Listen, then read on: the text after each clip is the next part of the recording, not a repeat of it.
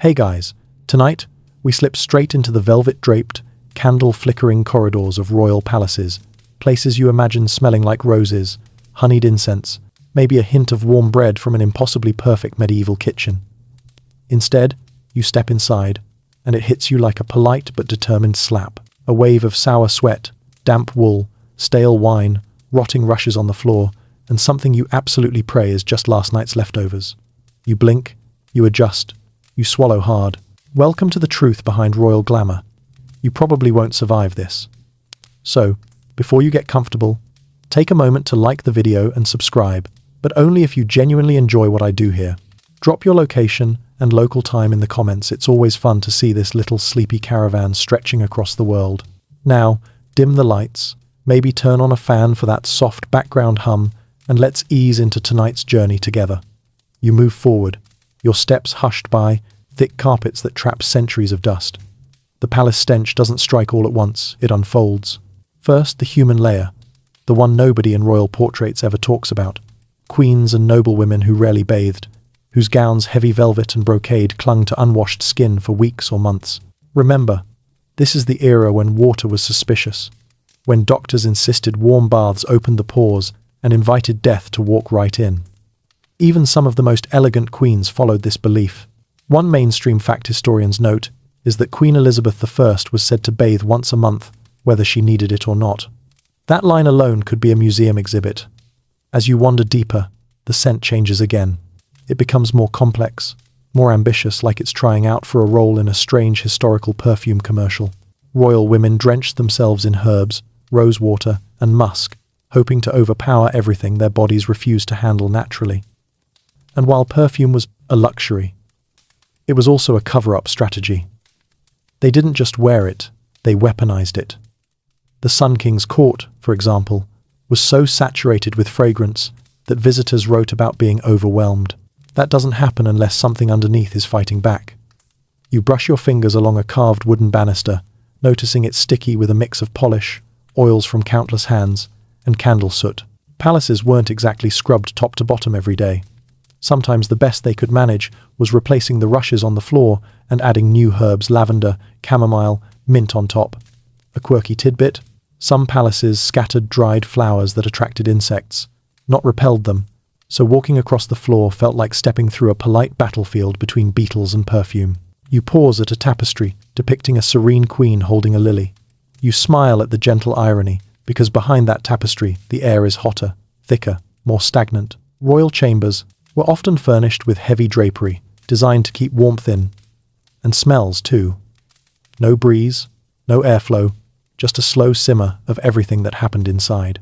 Historians still argue whether medieval palaces truly smelled worse than ordinary homes, or whether visitors exaggerated the odor for dramatic effect. The debate keeps going, partly because stench descriptions are weirdly poetic, and partly because, honestly, no one wants to admit the world's most glamorous elites lived in glorified scented swamps. You move toward the Queen's private sitting room. Here, the odor shifts again, sharper, sourer. Cushioned seats covered with embroidered silk hold years of perfumes, oils, sweat, and the faint but unmistakable tang of damp fabric. These chairs weren't cleaned often. Sometimes they weren't cleaned at all, just reupholstered over the old padding, as if trapping a ghost of every royal backside in history. And since laundering was limited to linens, not furniture, smells layered like geological sediment.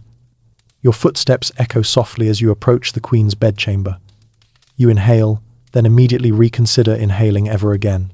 Royal beds look divine pillars carved with angels, drapes like waterfalls of silk, but the truth inside them? Mattresses stuffed with straw, feathers, hair, or even wool, seldom aired out and sometimes crawling with small, uninvited roommates. You silently congratulate yourself for being born in a century with laundry detergent and lemon-scented fabric softener. A small joke escapes your thoughts.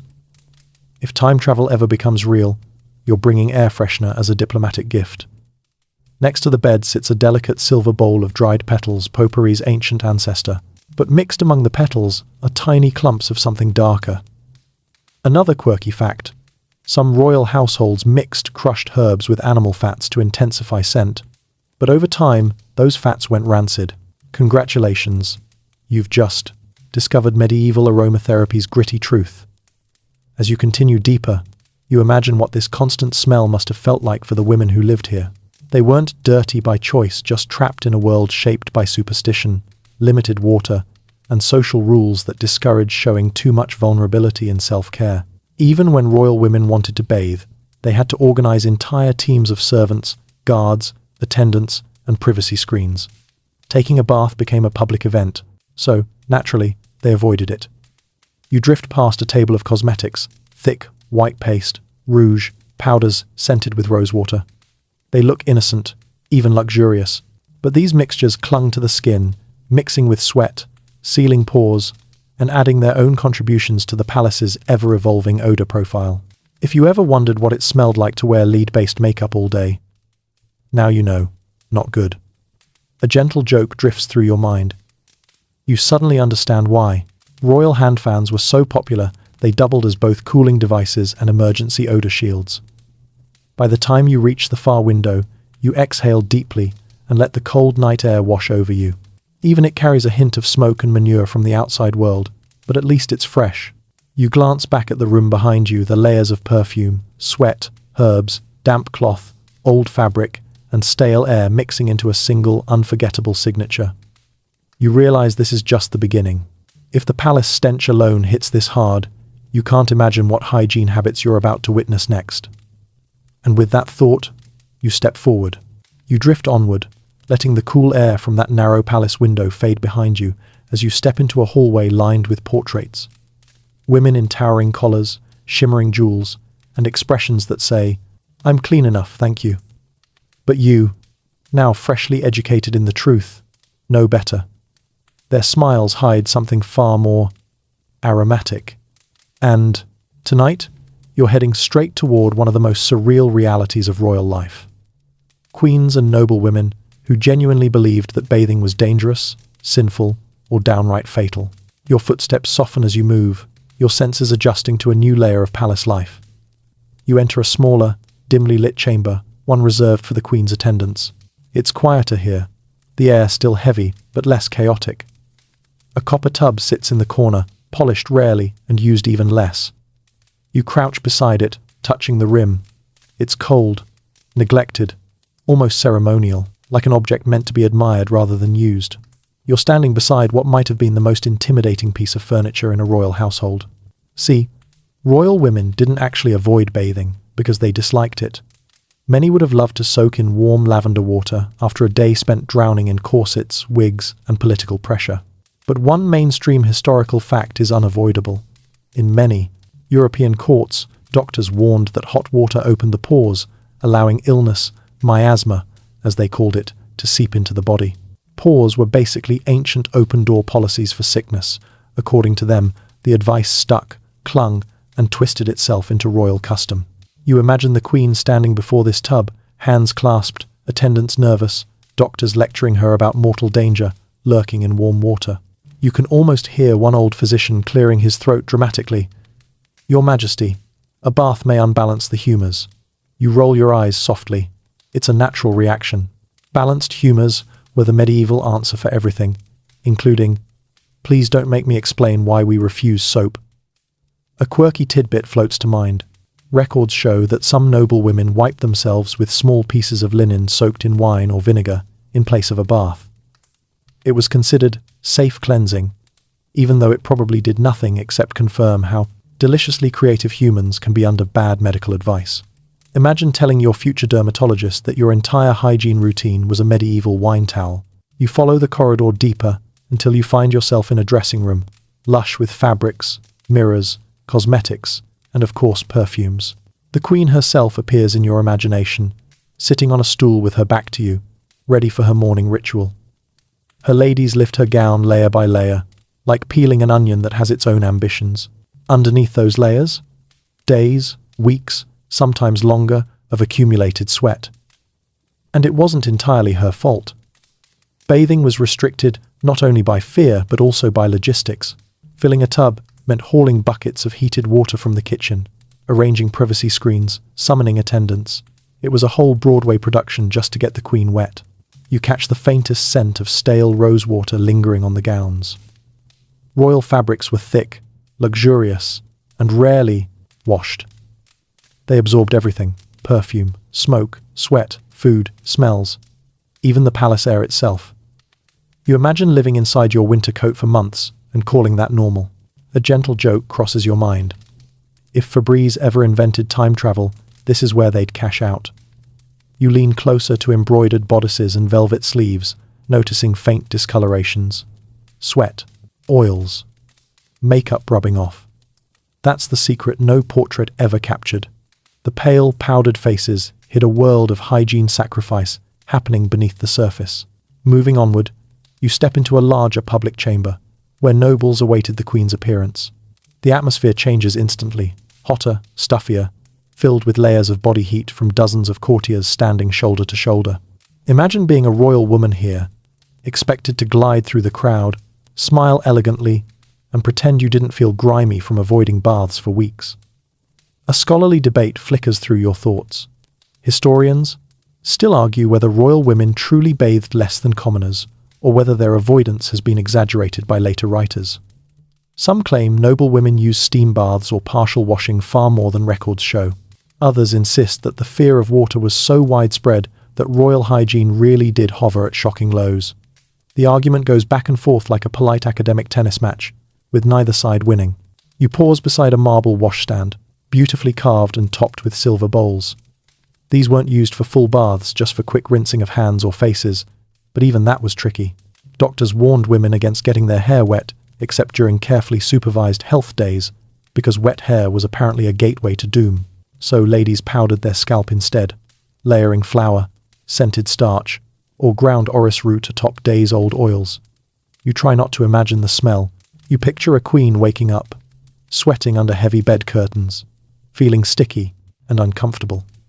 But instead of walking to a warm shower, she'd be surrounded by attendants who dabbed her with linen, brushed powders onto her skin, and applied perfume like it was armor. You chuckle lightly. 3 jokes per section is your personal rule. So here's one. In this palace, deodorant would have been considered witchcraft, and honestly, they might have been right to fear it. Stepping toward the window, you let yourself breathe.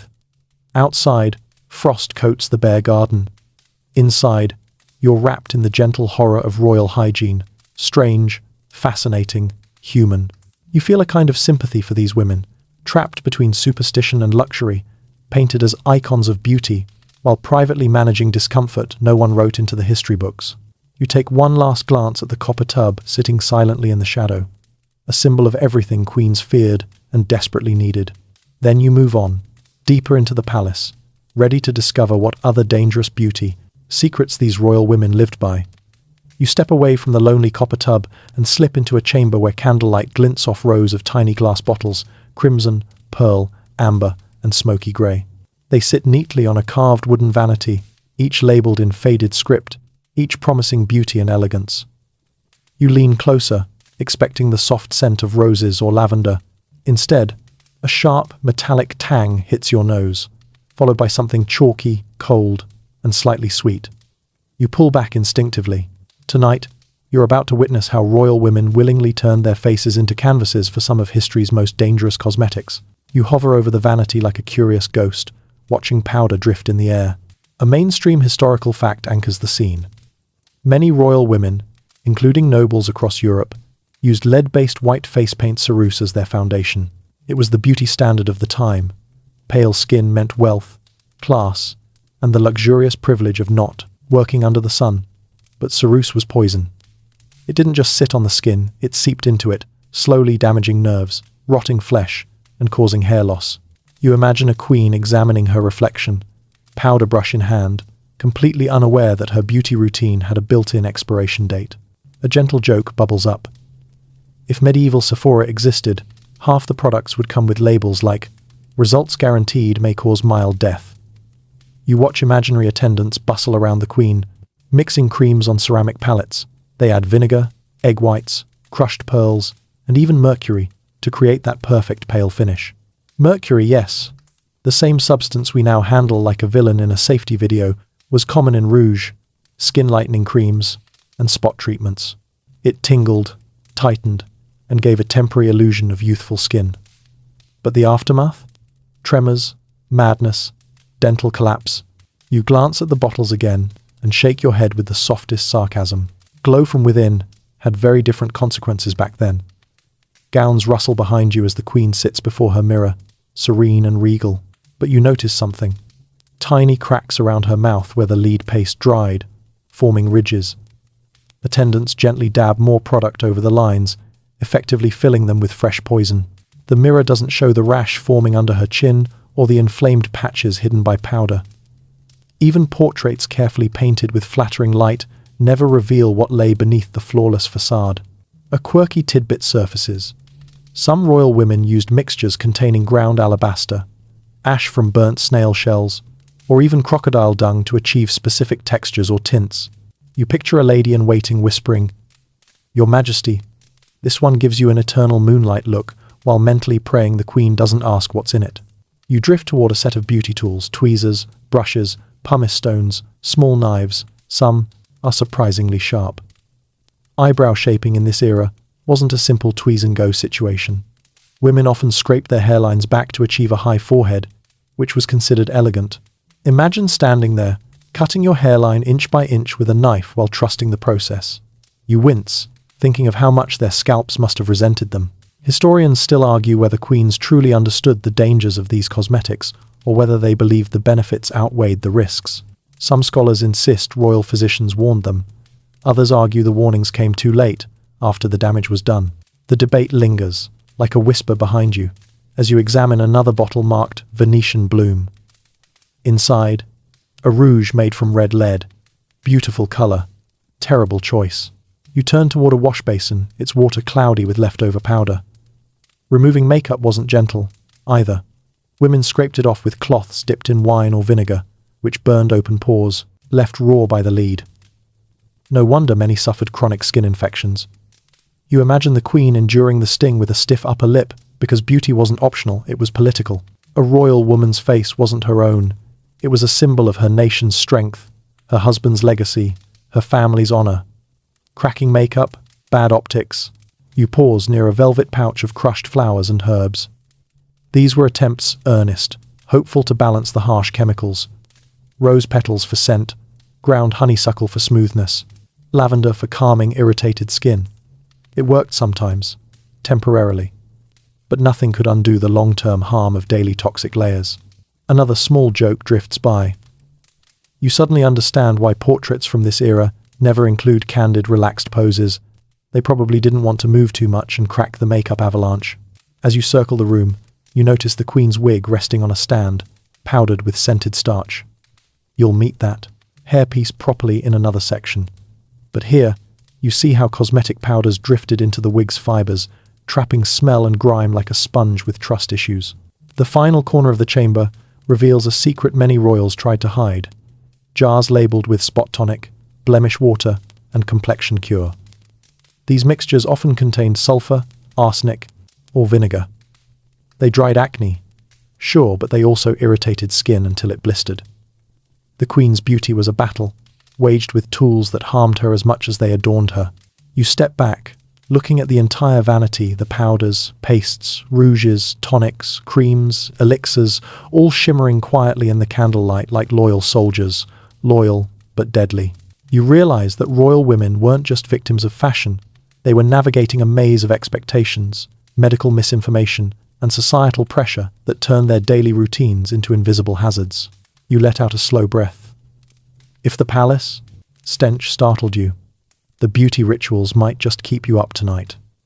And with that thought, you drift toward the next door, ready to discover why filthy fashion made everything even worse.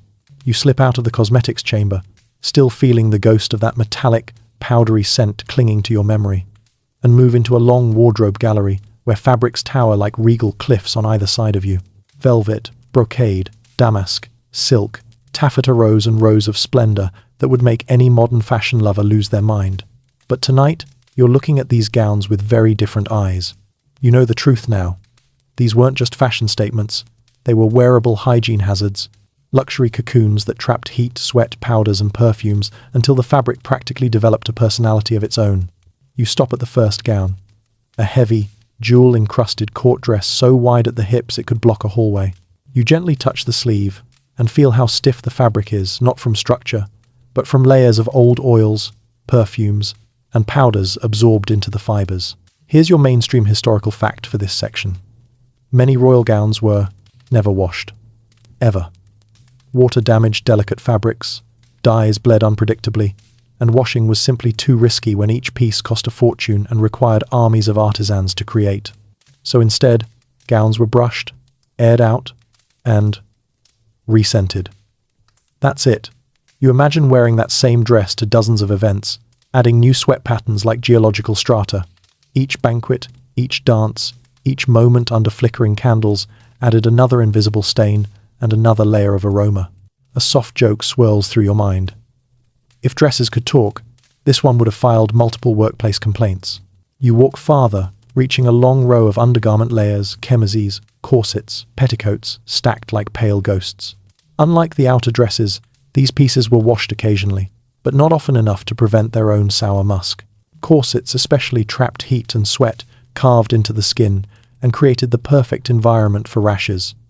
Some women even fainted from the heat, and not in the romantic, swooning way movies pretend. You run your fingers over the stiff whalebone structure and wince, imagining the chafing, the pressure, the unending friction.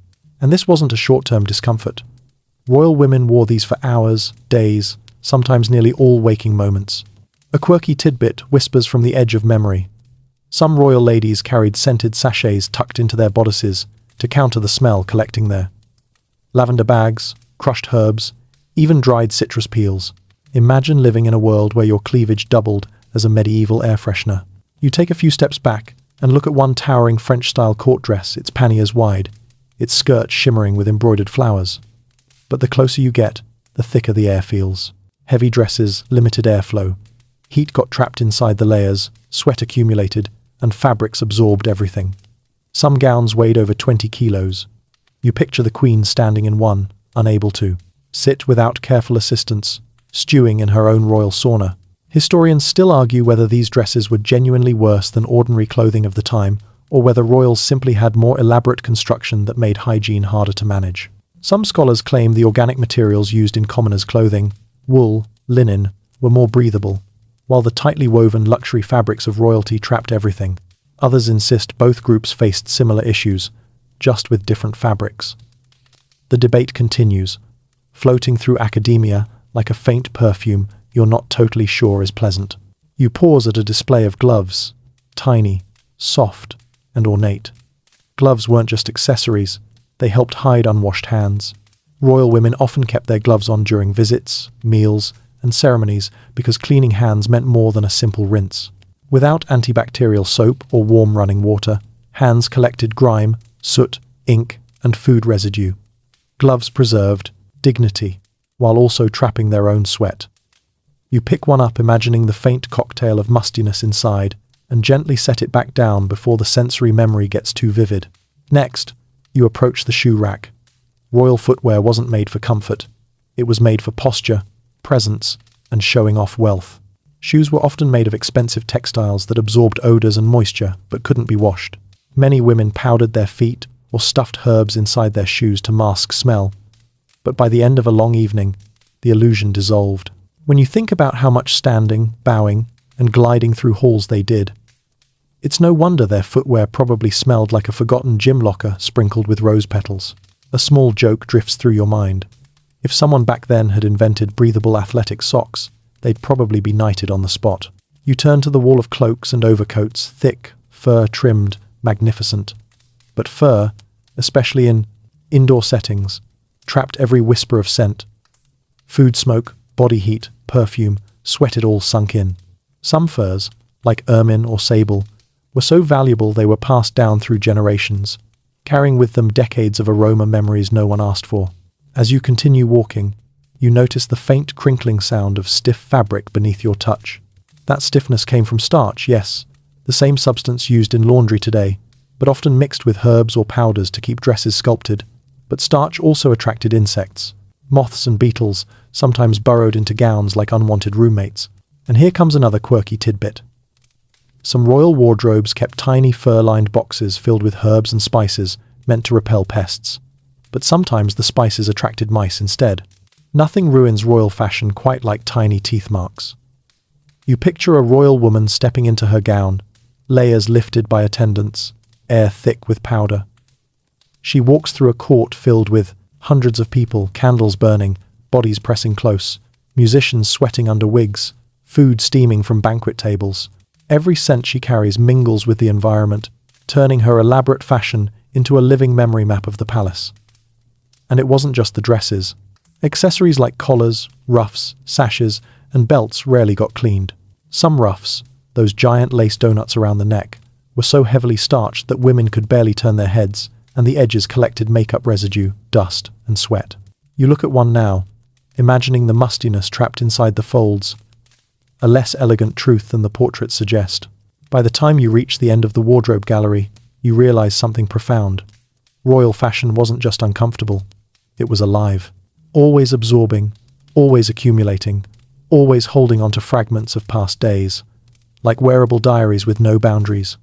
You take one more look back, imagining the rustle of skirts, the faint, perfume clouds, the hidden patches of old sweat. Royal women didn't just wear fashion, they lived inside it, trapped and transformed by it. And with a steady breath, you step forward again, heading toward the next chamber, where their towering wigs and everything hiding inside them await you. You leave the wardrobe gallery behind, stepping into a room that feels strangely airy at first until you realize the airiness comes from the towering masses of hair arranged on stands like royal monuments. Wigs, dozens of them, powdered, perfumed, curled, twisted, braided, and piled into shapes that defy physics and logic. For a moment you just stand there, staring up at them like you've wandered into a forest where every tree is judging you. Then the truth reaches your nose. A faint scent powder, old fabric, oil, and something alive. Tonight, you're discovering the secret nightmares hidden inside the iconic wigs of royal women. You drift closer to the nearest wig, an enormous French-style confection reaching nearly 2 feet high, dotted with silk ribbons and faux flowers. Up close, the powdered surface looks innocent enough, almost soft, but you know better now. You remember the powders clinging to skin in earlier chambers, the stagnation beneath fabric layers. Here, the effect is multiplied. Mainstream historical fact incoming. Many 17th and 18th century wigs were rarely, if ever, cleaned. They were refreshed, repowdered, restyled, but not truly washed. Water would ruin them, and time was too precious to dismantle the elaborate architecture every few days. Your eyes drift to the wooden stand beneath the wig. Dust, powder, a few crumbs of something that makes your eyebrow raise. You lean in. You wish you hadn't. A joke flickers through your mind. At this point, you're considering whether wigs should be classified as semi-independent ecosystems. You touch the wig very gently, instantly regretting it, and feel how stiff it is from layers of pomade. Pomade, in this era, was usually made from bear fat, pork fat, beef marrow, or other animal greases mixed with scent, grease that trapped heat, grease that absorbed odors, grease that insects adored. A quirky tidbit now slinks forward. Some sources mention that wig wearers occasionally used tiny silver or pewter scratchers to relieve itching beneath their towering hairpieces, without taking them off. You try not to imagine the sound. You take a step back, realizing with mild horror that the wig is too still, too perfectly still. No movement, no wobble, nothing shifts. You know what that means. It hasn't been touched in a while. And untouched wigs in royal households? They often hid more than dust. Historians still argue whether these wigs genuinely harbored full lice colonies, or whether the infestation stories were exaggerated by later writers who wanted cheap laughs at royal expense. Some say women kept their natural hair shaved beneath the wigs precisely to prevent lice. Others argue shaving didn't matter when wigs themselves, made of human or horsehair, became cozy homes for anyone brave enough to burrow in. The truth is probably a messy blend of both theories, no surprise there. You move to the next stand. This wig is decorated with strings of pearls and tiny silk bows. It looks elegant, delicate even, but then you see it. A small stitched pocket inside the structure. These were real tiny compartments used to hold scented sachets, flowers, or even keepsakes. A romantic idea, until you consider how warm and moist wig interiors could get. You swallow softly. Not romantic anymore. Your eyes scan the room. One wig is shaped like a miniature ship, yes, an actual ship with sails.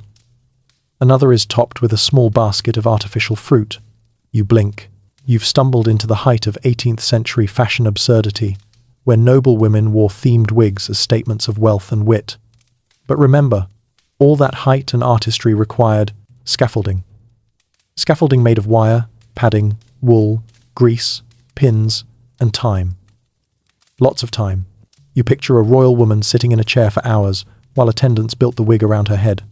Not placed, built, curl by curl, powder puff after powder puff. The wig becomes a fortress, and she becomes its captive. Once finished, removing it too soon would waste all that labor, so she kept it on. Through dinners, ceremonies, dances, sometimes even through naps. You rub the back of your own neck in sympathy. A soft joke tiptoes into your mind. If wearable architecture were an Olympic sport, royal women would have dominated the podium. You move toward a table scattered with wig powder. The powder looks harmless, fluffy, white, lightly fragrant. But powdering was messy. It clouded the air. It layered onto gowns, furniture, skin, and lungs. Doctors later noted that wig powder was inhaled continuously by anyone in a court setting, contributing to respiratory irritation. Back then, it was considered glamorous. Powder clouds swirling around guests were basically the medieval equivalent of slow-motion confetti. You kneel beside a wig box, a polished wooden chest with little metal clasps. Inside, the lining is stained from years of oils and fragrance. An old brush sits next to it, its bristles clotted with powder and wax. A small metal comb is bent slightly, probably from the sheer force required to tame these monumental hairpieces. You imagine the attendants tugging, scraping, adjusting, making the wig wearable for another long, sweaty day. Then you spot something that makes your stomach dip. A hardened lump of old pomade stuck in the inner netting of a wig. That lump probably once held curls in place. Now it looks like something that survived an archaeological dig. You lean away slowly. Another quirky tidbit pops up. Some wigs needed so much pomade that wearers had to cover their faces with paper masks during preparation to avoid being splattered with hot grease. You picture a queen sitting silently behind a paper shield as attendants dab loads of scented fat into her hairpiece like frosting a monstrous cake. One wig in the corner catches your attention immediately, larger than the rest, tinted slightly blue from lavender powder. A faint shimmering dust surrounds it, reflecting the candlelight. You walk closer and see tiny specks trapped in the powder. Not alive, thankfully, but undeniable evidence that powder attracted insects over time. Moths loved wigs almost as much as historians love arguing about them. You pause and consider something deeper. Wigs weren't just fashion accessories, they were symbols of status, wealth, etiquette, and political identity. A royal woman's wig communicated her place in a complex social hierarchy. The bigger the wig, the greater the presence. But the cost in time, comfort, and hygiene was enormous.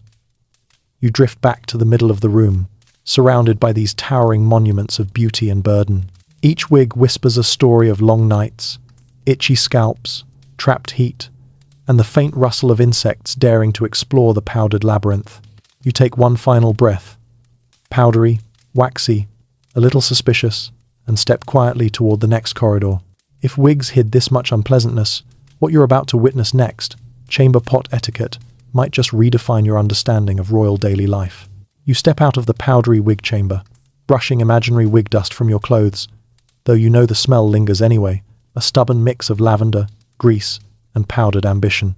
But the next corridor hits you with something much stronger. Not a scent that drifts, a scent that ambushes. A hallway lined with heavy curtains appears before you, and instinctively, you know what lies ahead. The strange, shocking, absolutely unforgettable world of royal chamber pots. Tonight, you're entering a truth so bizarre that even your past self, the one who thought lead-based, makeup was the worst thing ever, might need a gentle hug. You take a cautious step forward. The palace floors here aren't carpeted or polished. They're covered with rushes again, dried straw, sprinkled with herbs and flowers meant to absorb liquids and odors.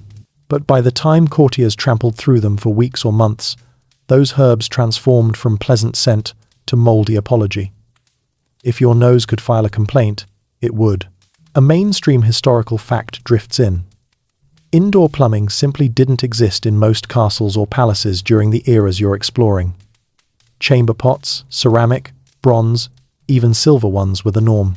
And royal women, swaddled in giant dresses, corsets, and wig scaffolding, had to use them with zero privacy. Imagine attending a formal dinner, music playing, candles glowing, and someone behind a velvet curtain quietly relieving herself because leaving the table was considered rude. Yes, that happened. You pause beside a set of those velvet curtains. They look luxurious, dramatic, elegant. You pull one aside. Behind it sits a beautifully decorated porcelain chamber pot, painted with delicate roses. You blink at it, processing the fact that this floral masterpiece had a job far less poetic. A soft joke slips through your thoughts. If museums were honest, they'd label these pots the least glamorous royal accessory. You kneel closer, noticing faint scratches on the glaze, signs of age. Chamber pots weren't always emptied right away. Some sat for hours, some overnight. Attendants, often young pages, were responsible for carrying them through the palace, sometimes spilling a bit as they walked. You suddenly understand why royal halls needed such heavy perfumes, and why floors were covered with herbs like festive confetti masking a national emergency. You move deeper into the chamber, where several chairs with removable seats, commode chairs, are lined against the wall. They look like elegant thrones until you lift the lid. Inside, a pot, a hole, a reminder that royalty didn't escape the basics of human reality, they just decorated it nicely. A quirky tidbit emerges. Some commode chairs were specifically designed for pregnant queens, offering wider openings and softer cushions. And certain royal ladies had their own personal chamber pots decorated with family crests. Nothing says aristocracy like custom-engraved bathroom equipment. You imagine a royal woman, dressed in layers of brocade so heavy she needed attendants just to sit down, shuffling behind a curtain during a long diplomatic banquet. Attendants lifting her skirts, holding her steady, whispering instructions. Music plays, courtiers gossip, and somewhere in the room, well, something unroyal is happening. A scenario you're sure no historical drama on TV will dare show. Historians still argue whether the most extreme stories, ladies relieving themselves in hallways during ceremonies or on staircases during long receptions, are exaggerated. Some say they're too scandalous to be fully true. Others argue palace etiquette was so rigid that stepping away to use a private room was genuinely forbidden. The debate remains unresolved, like many uncomfortable truths about court life. You continue walking, passing a polished silver pot engraved with lilies. It's surprisingly ornate, almost like a trophy. You stare at it, wondering whether royal silversmiths ever questioned their commission. You want scrollwork where? You smile gently at the absurdity. Next to the pot lies a small pile of linen cloths. Before modern toilet paper, soft linen squares, called clouts, were used for wiping and then washed by servants. Linen was expensive, so the same pieces were reused many times. You touch one cautiously, imagining the process. Another joke flickers by, luxury, but make it questionable. You open another curtain and find a larger pot, almost bucket-sized, meant for nighttime use. Many royal women refused to walk cold corridors after dark, fearing drafts and spirits. So chamber pots beside the bed were essential. But if attendants forgot to empty them promptly, well, morning came with surprises. You wander toward a narrow window and push it open. Cold air rushes in, blessedly fresh. But you know where many chamber pot contents went. Straight out windows, into courtyards, moats, and streets below. In some cities, people yelled, "Gardez l'eau," watch out for the water, before tossing waste out. You imagine being a royal woman leaning out a palace window with a porcelain pot. If time travel ever becomes real, you promise yourself you'll wear a waterproof hat. You take a slow breath and continue, reaching the far end of the corridor, where a large wooden door stands slightly open. Inside is a water closet, one of the earliest attempts at the modern toilet. Designed for a queen, no doubt, but the technology was unreliable. Water pressure varied, smells rose through pipes, and sometimes the entire system simply refused to cooperate. One queen reportedly avoided her early flushing toilet because the noises terrified her. You step inside. The air is cooler here, but still tinged with old wood and damp stone. You trace the rim of the primitive flushing basin, admiring the bravery of anyone who trusted it. Progress is progress, but not always pleasant. As you turn back toward the commode room, you take in the full, unvarnished truth. Hygiene wasn't private for royal women. It wasn't comfortable. It wasn't dignified. It was a constant negotiation between etiquette, architecture, and the very human need to relieve oneself. And with that sobering thought, you move on, deeper into the palace, toward an even more intimate reality you're not prepared for. How royal women managed their monthly cycles in an era with almost no hygienic options. You leave the chamber pot hall behind with a slow exhale, grateful for the fresh corridor air, even if it's only fresh by palace standards, which means it smells like old stone, wilted herbs, and the lingering perfume of someone who definitely needed a bath 2 monarchs ago. But ahead, beyond a set of carved doors, waits a topic even more quietly concealed, even more awkwardly managed, and far more revealing of how royal women lived their most private realities. Tonight, you're about to witness what happened when queens, duchesses, and noblewomen faced their monthly cycles in a world with virtually no hygienic tools. You step into a small, dimly lit chamber. The walls are lined with carved cabinets, gilt mirrors, and embroidered cushions. It looks elegant, almost serene, until you notice the items placed carefully on a long oak table. Linen cloths, small sponges, herbal pouches. And in the corner, a basket for laundry that you privately wish you had the courage not to imagine in detail. A mainstream historical fact anchors this room immediately. There were no disposable pads, no tampons, no modern sanitary products of any kind. Royal women used folded linen rags, washable, reusable, and often heavily perfumed to mask odor. Some even used wool felt pads or cushiony bundles of moss. Yes, moss. Soft, absorbent, and sometimes home to tiny forest hitchhikers. You picture a queen sitting beside this table, attendants surrounding her, preparing the necessary cloths. Everything had to be discreet. Nobody openly mentioned menstruation. It was wrapped in euphemisms and superstition. Some royal medical advisors believed menstrual blood carried illness. Others believed withholding it was worse. And royal women were caught in the middle, forced to manage something natural with tools that ranged from inconvenient to outright miserable. You pick up one of the linen cloths on the table, carefully, delicately, with 2 imaginary fingers and a silent prayer. The fabric feels soft but thick, the kind of cloth that absorbs but doesn't breathe. Now imagine wearing that under 5 layers of skirts, corsets, stockings, and petticoats. You suddenly appreciate modern convenience more than you ever have. A quirky tidbit slips in cheerfully. Some royal women used sea sponges internally as early tampon-like devices. Washed, soaked in vinegar, trimmed to size, then inserted. Effective? Sometimes. Hygienic? Well, let's just say the ocean never signed off on this plan. You step toward the corner where a copper brazier rests, filled with smoldering herbs. During that time, rooms were often scented more intensely. Lavender, myrrh, rosemary, even frankincense, to mask what everyone pretended didn't exist. You inhale, noticing how the smoke sits heavy in the air, layering over everything like sleepy incense. But beneath the herbal haze, there's always a faint sour edge, something old and organic, something the herbs try their best to smother but can't quite conquer. A soft joke eases in. Medieval deodorant was basically set something on fire and hope for the best.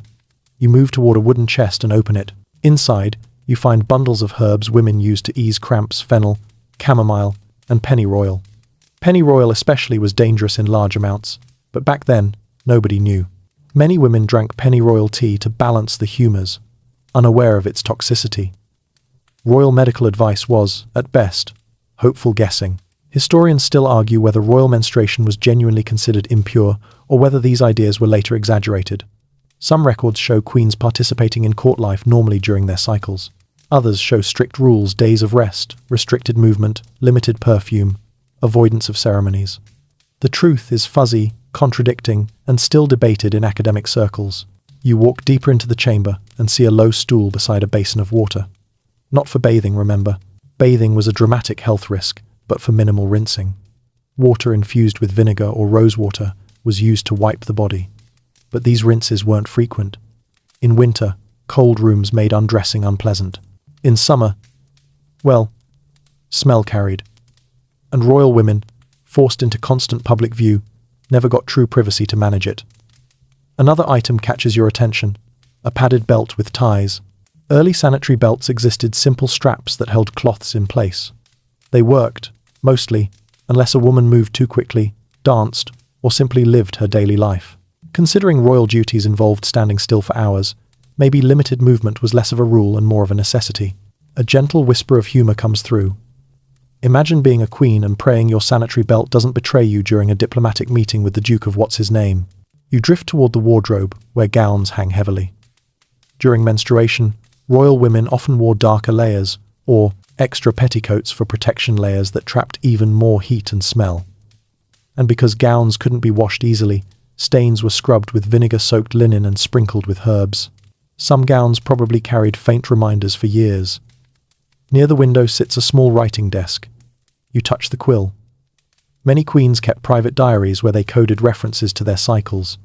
Little symbols, changes in ink, brief notes like, "my usual discomfort."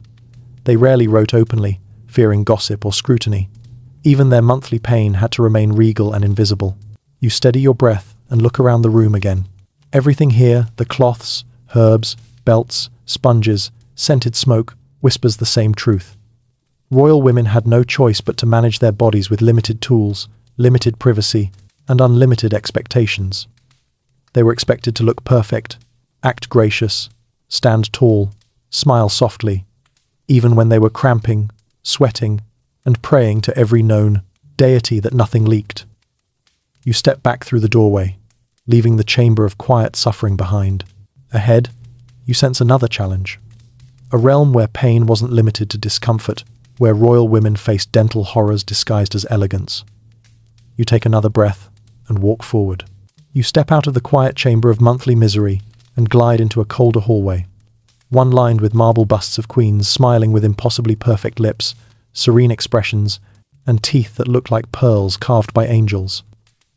You stare at those statues for a moment, squinting suspiciously, because if the last few sections have taught you anything, it's that royal hygiene was never what the paintings promised. And tonight, you're stepping straight into the truth behind royal women's dental rituals. Rituals that were less about healthy smiles and more about hang on tight, this might hurt.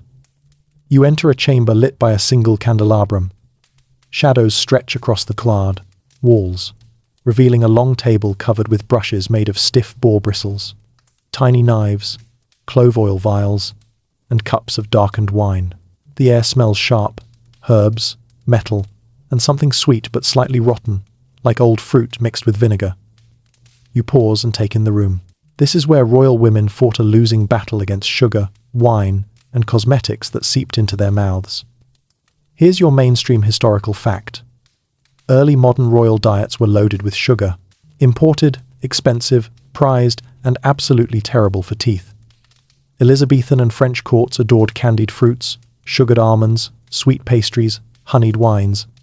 Decadent? Yes. Dental suicide? Also yes. You move closer to the brushes. The bristles are stiff, uneven, and look more suited for scrubbing boots than teeth. But these were the tools of elegance. Royal women dipped them in mixtures of salt, ashes, crushed mint leaves, or even finely ground charcoal. Effective for polishing? Sometimes. Gentle? Absolutely not. You imagine brushing your teeth with a wooden stick covered in gravel. You instinctively massage your jaw in sympathy. A soft joke floats up. If royal toothpaste had a flavor, it would probably be minty fresh regret. You pick up a small container labeled powder of pumice and coral.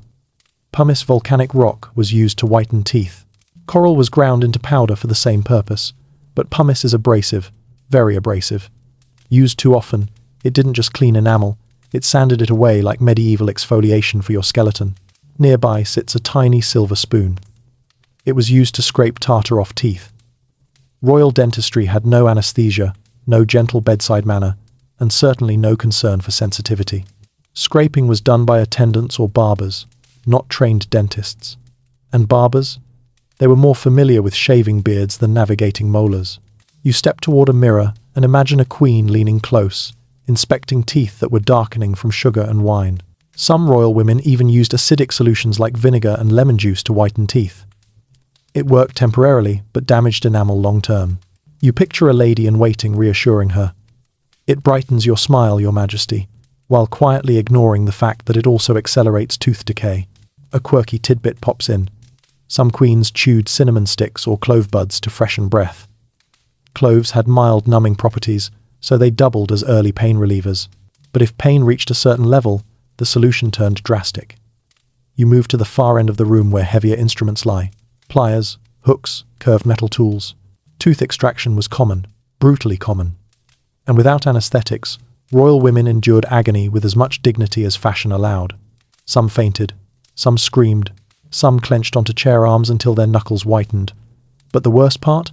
Many teeth were pulled too early because bad humours were blamed for pain. Misdiagnosis was practically a hobby. Historians still argue whether royal women suffered worse dental health than commoners. On one hand, commoners had sturdier diets, less sugar, more grains. On the other hand, royals had access to better hygiene tools, however crude. But with sugar flooding elite diets, many scholars believe royal smiles deteriorated faster.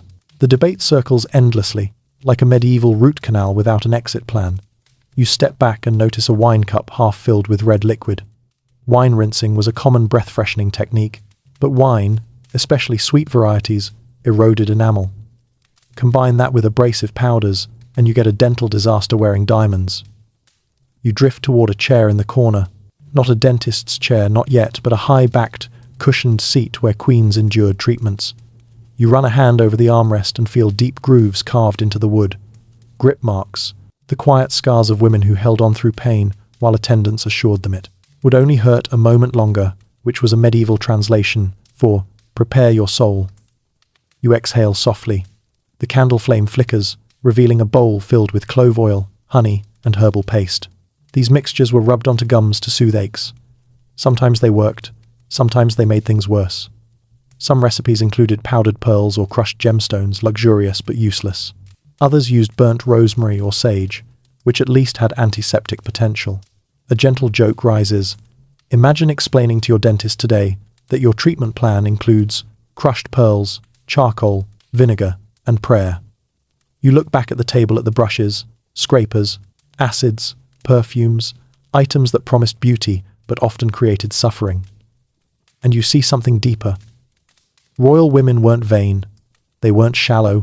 They were trapped in a world where appearance equaled power. Their smiles weren't just smiles, they were political tools, symbols of vitality, diplomacy, and lineage. Even if they hurt, even if they crumbled, even if toothaches kept them awake in palaces filled with the finest comforts, you step quietly toward the door, leaving behind the subtle agony of royal dentistry. Ahead, you sense a familiar sweetness perfumes. But tonight, you'll discover why their obsession with scent wasn't just about elegance. It was survival. You move forward. You leave the dental chamber behind with a new appreciation for fluoride, soft bristle brushes, and the fact that your dentist does not reach for pliers right away. But as you glide into the next corridor, a familiar sensation returns: the layered, syrupy sweetness of perfumes.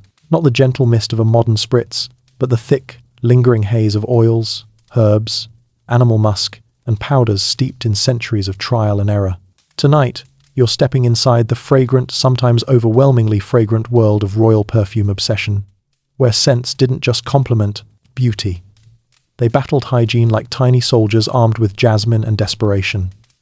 The moment you enter the chamber, your senses buckle. It smells like rose oil, sandalwood, ambergris, and something smoky beneath it all, something trying to hide, not celebrate. You move deeper, brushing past heavy velvet drapes, until you find yourself in a perfumery room, bottles glittering like jewels under candlelight. A mainstream historical fact grounds you immediately. Royal women didn't just love perfumes, they depended on them.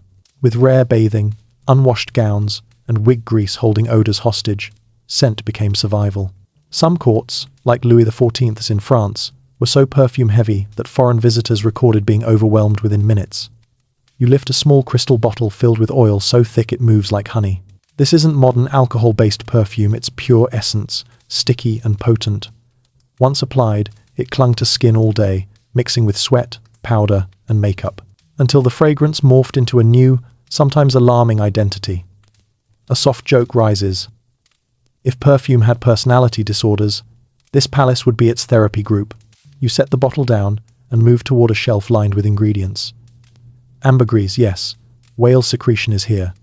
Civet musk from a civet cat's glands, rose petals crushed into paste, burnt resins, herbs steeped in wine, even dried violets ground into powder.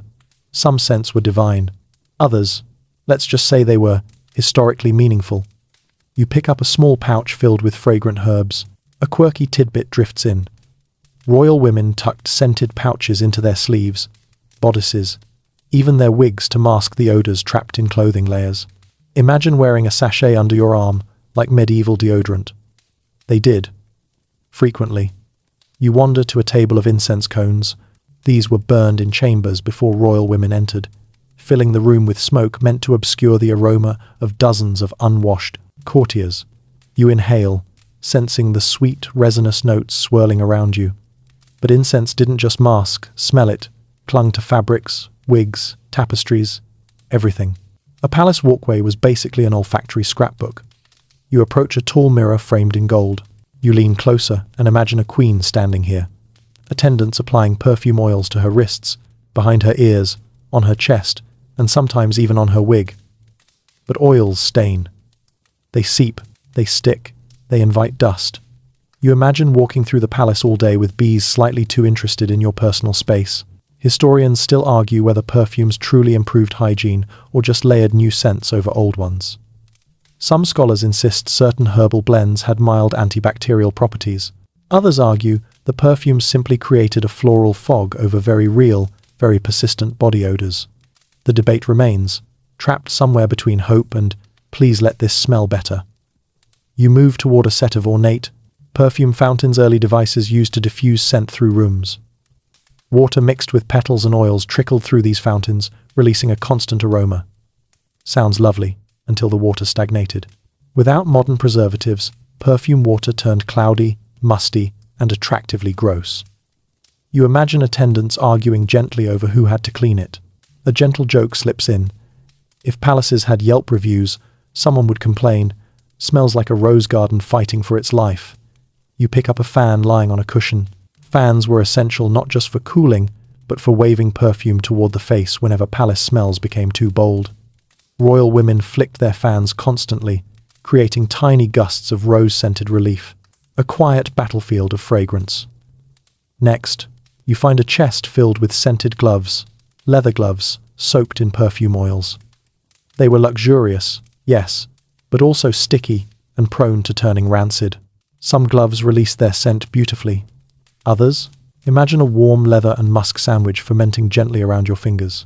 You walk farther, discovering a bottle labeled Vinaigre des Quatre Voleurs, a potent vinegar infusion believed to purify air and protect against disease. Queens dabbed it on cloths, held it under their noses, even sprinkled it on their necks. The mix included herbs like rosemary, thyme, sage, and lavender. Effective? Maybe for morale, but royal women used it religiously. As you study the bottles, an attendant's phantom voice whispers, "More jasmine for the evening banquet, Your Majesty." But she knows not even the sweetest floral blend can fully defeat the combined forces of unwashed fabric, wig pomade, and stagnant castle rooms. You turn slowly, taking in the room once more. Perfumes shimmer in the dim light, like tiny soldiers lined up for inspection, ready to defend the queen against the invisible enemies of sweat, smoke, grease, and time. You breathe in one more time. It is against all odds almost pleasant when mixed with candlelight and imagination. But you know the truth. These fragrances were fighting an uphill battle. A battle royal women never truly won. And as you step toward the exit, the scent trails behind you, lingering in the air like the last fragile thread of elegance in a world that desperately needed more soap. Ahead, you sense softness, fabric, warmth, and the weight of sleep. It's time to enter the queen's bedroom, and the horrors hidden in her bed linens. You walk forward. You follow the fading trail of rose and musk perfume out of the fragrance chamber and drift down a quieter, darker hallway. The air cools. The floor softens. Thick tapestries mute your footsteps as you approach a carved wooden door framed by velvet drapery. You touch the handle, and instantly you know you're stepping into a room that holds more secrets than any royal portrait ever dared to paint. Tonight, you're entering the queen's bedchamber and discovering why her magnificent bed was far more nightmare than fairy tale. The door creaks softly as you ease it open. Candlelight flickers across the room, illuminating a sprawling four-poster bed, draped in layers of embroidered silk, velvet, and gold tassels. It looks heavenly, like a cloud designed by someone who adored luxury and had no idea what hygiene meant. You step closer, and the air thickens.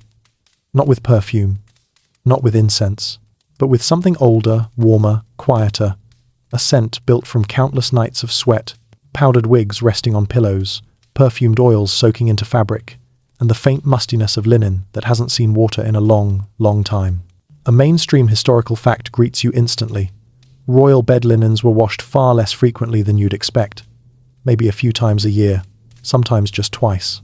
Laundry was labor-intensive, water was scarce, and heating giant tubs was expensive, so sheets stayed, lived in, deeply lived in. You reach out and touch the edge of the top blanket. The fabric is stiff, heavy, and tinged with the scent of countless perfumes mashed together into something that can only be described as aristocratic exhaustion. You lift the blanket slightly and immediately regret it as a warm, slightly sour puff of trapped air escapes. A soft, weary joke slips into your mind. If beds could groan, this one would beg for early retirement. You circle the bed slowly. Pillows are plump and gorgeous, embroidered with gold thread. But they're stuffed, with feathers that haven't been fully cleaned. Feathers that retain natural oils, smells, and the occasional surprise. You imagine a queen sinking into them, unaware that small critters lurking in the feathers might be exploring her scalp at the same time. A quirky tidbit wanders forward. Some royal households used herb-stuffed sachets under pillows to mask odors, rose petals, mint, lavender, chamomile. Lovely idea, until the herbs dried out, crumbled, and mixed with dust, powder, and oils, creating tiny ecosystems that made allergy season a year-round lifestyle. You draw back the bed curtains. They're thick, dense, woven with silk threads that look soft but trap heat like a stubborn oven. These curtains were designed to keep warmth in, especially during freezing medieval winters, but in doing so, they also kept smells and moisture locked tightly in the bed space. After a few nights, the air behind the curtains became its own microclimate. You lean in. It is warm, very warm, and not in a cozy, candlelight soft way, more like climbing into a tent that hasn't been opened since last season. Historians still argue whether royal beds were truly as unclean as some records suggest, or whether later writers exaggerated the grimness for dramatic flair. Some evidence shows that royal laundresses changed linens monthly in certain courts. Others show 2 or 3 changes a year. The debate persists, swirling like dust in a sunbeam. You kneel and lift the mattress edge. It isn't a modern mattress, but a sack stuffed with straw, wool, feathers, or a mix of all three. Over time, moisture gathers, the stuffing clumps, insects take up residence, straw breaks into sharp bits, wool absorbs sweat and oils. And feather stuffing? Well, sometimes it moved. On its own, you lower the mattress gently, pretending you didn't just feel a crunchy spot and a soft spot in the wrong places. A small joke brews. If time travel ever makes hotels possible in the past, the first guests, lining up, will be medieval queens begging for memory foam. You spot a warming pan beside the bed, a brass device filled with hot coals, slid beneath the sheets before bedtime. Cozy idea. Until you learn that the heat created condensation inside the mattress. Condensation bred mold. Mold invited insects. Insects invited more insects. Congratulations, you've just witnessed the royal version of a petting zoo. You wander to the foot of the bed, where a small stool sits. This is where attendants knelt to help the queen climb into bed. Royal women didn't flop into bed casually, they were lifted, steadied, arranged like fragile art. Heavy gowns and undergarments had to be unlaced, wigs removed, powder shaken free. But even after all that, many still slept with thick cosmetics on their faces, staining the pillows with layers of lead, oil, and powder. You imagine the faint crackle of dried makeup rubbing into linen each night. Over time, pillows became monuments to every evening. Routine. On a nearby table sits a small flask of scented oil.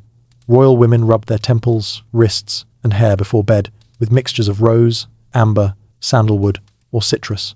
The intention was relaxation. The reality? Another layer of scent joining the room's already busy aroma profile. You take a deeper breath. Beneath the floral haze lies something more human. The warmth of bodies that rarely bathed. The residue of daytime sweat trapped under corsets. The stale traces of perfume, powder, and palace air clinging to every textile in sight. And then you see something that truly seals the moment, a chamber pot tucked discreetly under the bed. Used. After all, nighttime was dark, cold, drafty, and dangerous. Nobody wanted to wander the palace halls hunting for privacy at 3 a.m. But chamber pots under the bed meant, well, morning air wasn't always the freshest. You stepped back, letting the full picture settle in. The bed, soft, luxurious, hand-carved, draped in jewels, was, in truth, a cozy trap for smells, insects, moisture, and discomfort. Royal women didn't sleep in clean, crisp sheets. They slept in a swirling symphony of accumulated life. You eased toward the door, taking one last glance at the opulent bed that hid so many unspoken realities. Ahead, faint chattering echoes, small, curious, chaotic, pets, exotic ones, and the messes they brought. Time to discover the royal women whose bedrooms weren't just shared with attendants, but with animals who didn't know the meaning of manners. You move forward. You step out of the heavy warmth of the Queen's bedchamber and into a brighter, livelier hallway, one filled with faint scratching sounds, chirps, the flutter of miniature wings, and, somewhere in the distance, the unmistakable clink of a goblet being knocked over. You pause, you blink, you breathe in cautiously. Welcome to the royal world of pets. Adorable, exotic, beloved, and absolute chaos for palace hygiene. Tonight, you're about to walk among the pampered companions of royal women, monkeys, parrots, lapdogs, songbirds, cats, and creatures so strange you'll wonder whether the palace doubled as a medieval petting zoo. The first room you enter looks harmless. A sitting chamber decorated with embroidered cushions, polished tables, and velvet curtains. But then you hear it a soft scurrying behind the tapestry. You move closer, lift a corner, and find a tiny monkey staring back at you with round, mischievous eyes. Of course, a monkey. A mainstream historical fact gently taps your shoulder. Many royal courts, especially during the Renaissance and Baroque periods, kept exotic pets as symbols of wealth and prestige. Monkeys, parrots, even small deer roamed palace halls. Royal women adored them. They perched on shoulders, hid in skirts, lounged on beds, and here's the critical part, used palace floors as their personal bathrooms. You back away as the monkey leaps onto a cushioned stool, leaving behind a tiny, unmistakable reminder that palace staff had very different job descriptions than what you see in movies. A soft joke wanders through your mind. Medieval housekeeping must have required equal parts courage, training, and very strong stomach muscles. You continue deeper into the chamber. A parrot sits on a golden perch near the window, preening itself proudly. Its feathers shine iridescent green and blue. Gorgeous. But around the base of the perch, you see dried droppings sprinkled like confetti nobody wanted. Royal women loved parrots. They were elegant, exotic, talkative, but nobody taught the birds court etiquette. You brush a hand along the back of a silk-upholstered chair and feel faint snags in the fabric, tiny claw marks. Royal lapdogs, favored by queens across centuries, spent their days jumping on furniture, tearing at lace sleeves, and following their mistresses everywhere, including into bed. Their fur collected dust. Their paws tracked mud. Their accidents were frequent. You step into another chamber and immediately notice a shallow dish of milk on the floor. A cat slinks out from under a table, brushing against your ankles. Cats were prized for rodent control, but royal cats weren't exactly working-class mousers. They lounged on embroidered cushions and scratched expensive furniture. And when nature called, they didn't go searching for a litter box. A quirky tidbit pops in cheerfully. Some royal women kept pocket pets like trained squirrels or tiny dogs that fit inside sleeves or bodices. Cute? Yes. Hygienic? Not even slightly. You walk past a low table and notice stains, small rings from cups, claw scratches, and one suspicious streak running down the leg. You don't investigate. You value your sanity. In the corner sits a small wooden cage filled with songbirds.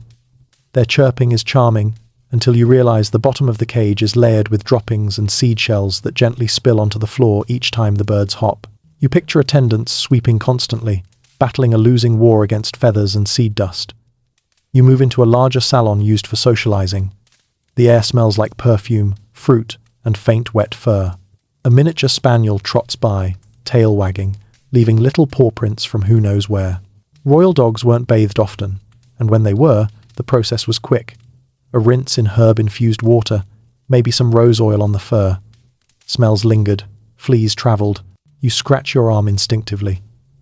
Historians still argue whether palace pets were genuinely disruptive or whether anti-royal writers exaggerated the mess.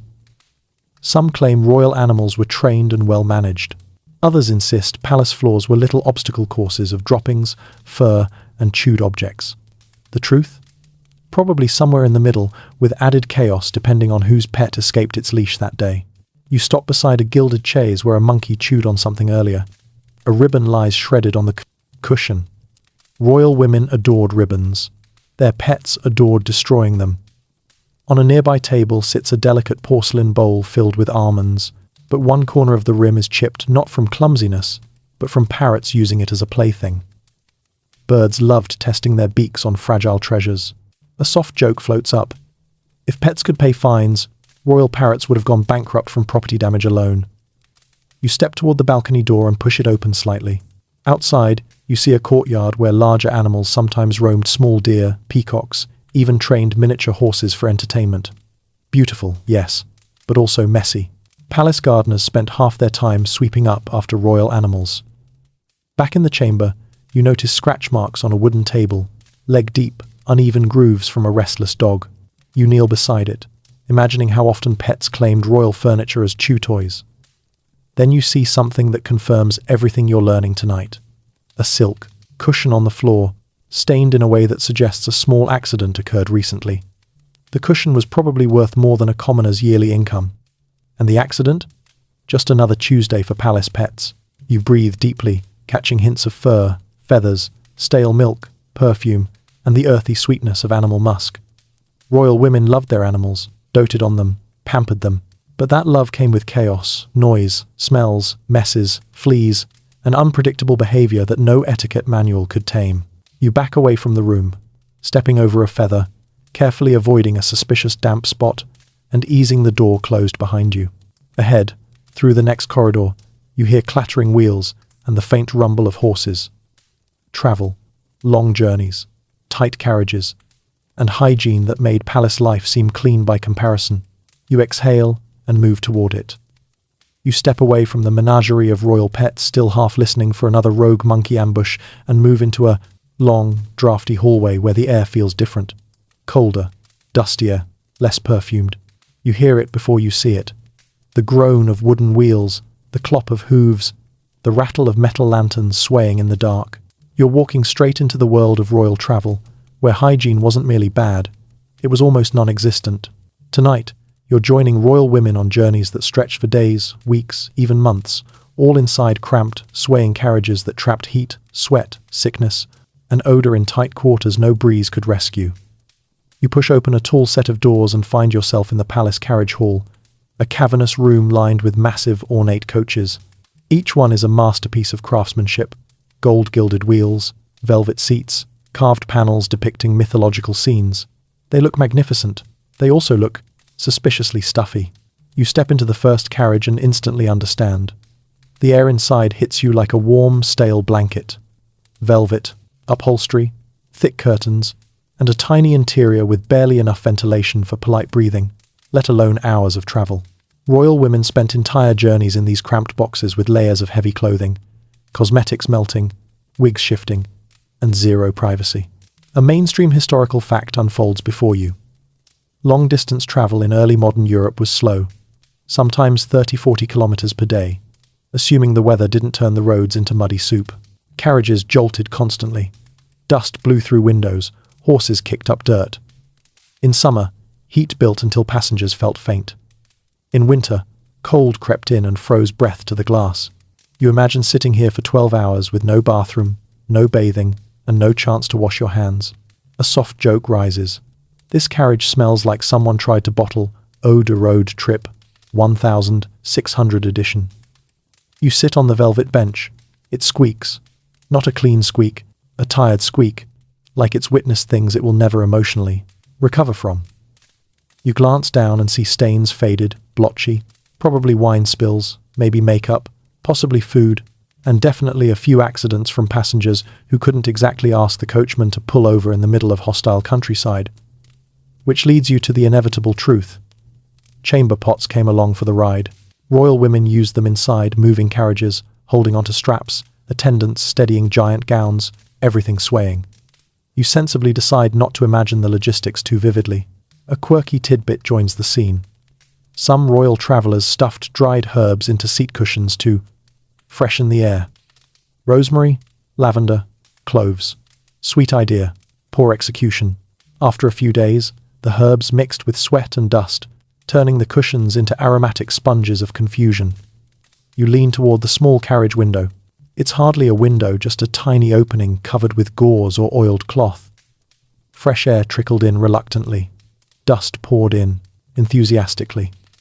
By hour 3 of a journey, everyone's face would be grit-coated. By hour 6, the air smelled like fabric wet with sweat. By hour 10, you'd strongly reconsider your life choices. Historians still argue whether royal travel was truly this grim, or whether some courts maintained higher sanitation standards. Some say queens brought entire hygiene entourages, linen washers, perfume bearers, even portable bath attendants. Others argue most royal women simply endured filth because comfort was impossible on the road. The debate remains spirited, like a never-ending carriage ride with academic grumpiness as the soundtrack. You step out of the first carriage and head toward a larger one, a traveling coach built for long expeditions. Inside, you find a tiny table set with plates, a cushion-lined bunk, and a rack for gowns. Sounds fancy, until you notice the bunk's mattress is stuffed with straw. Straw that hasn't been changed in months. Straw that crunches under your hand with concerning enthusiasm. Travel mattresses were never washed. They were shaken, aired, maybe sprinkled with herbs. But real cleaning? Only when the mattress died of natural causes. You touch the cushion of the bunk. It's damp. That dampness could be humidity, spilled wine, sweat, or something less poetic. You wipe your hand on your sleeve, immediately regretting the entire investigation. You open a travel chest. Inside sits a bundle of linens, wrinkled, slightly greyed, smelling faintly of rosewater fighting a losing war. These linens weren't changed daily, sometimes not even weekly. Royal women slept on them through rainstorms, dusty plains, cold nights. You imagine sleeping in the same chemise for 5 days straight while bouncing on medieval roads. Your modern soul whispers, no.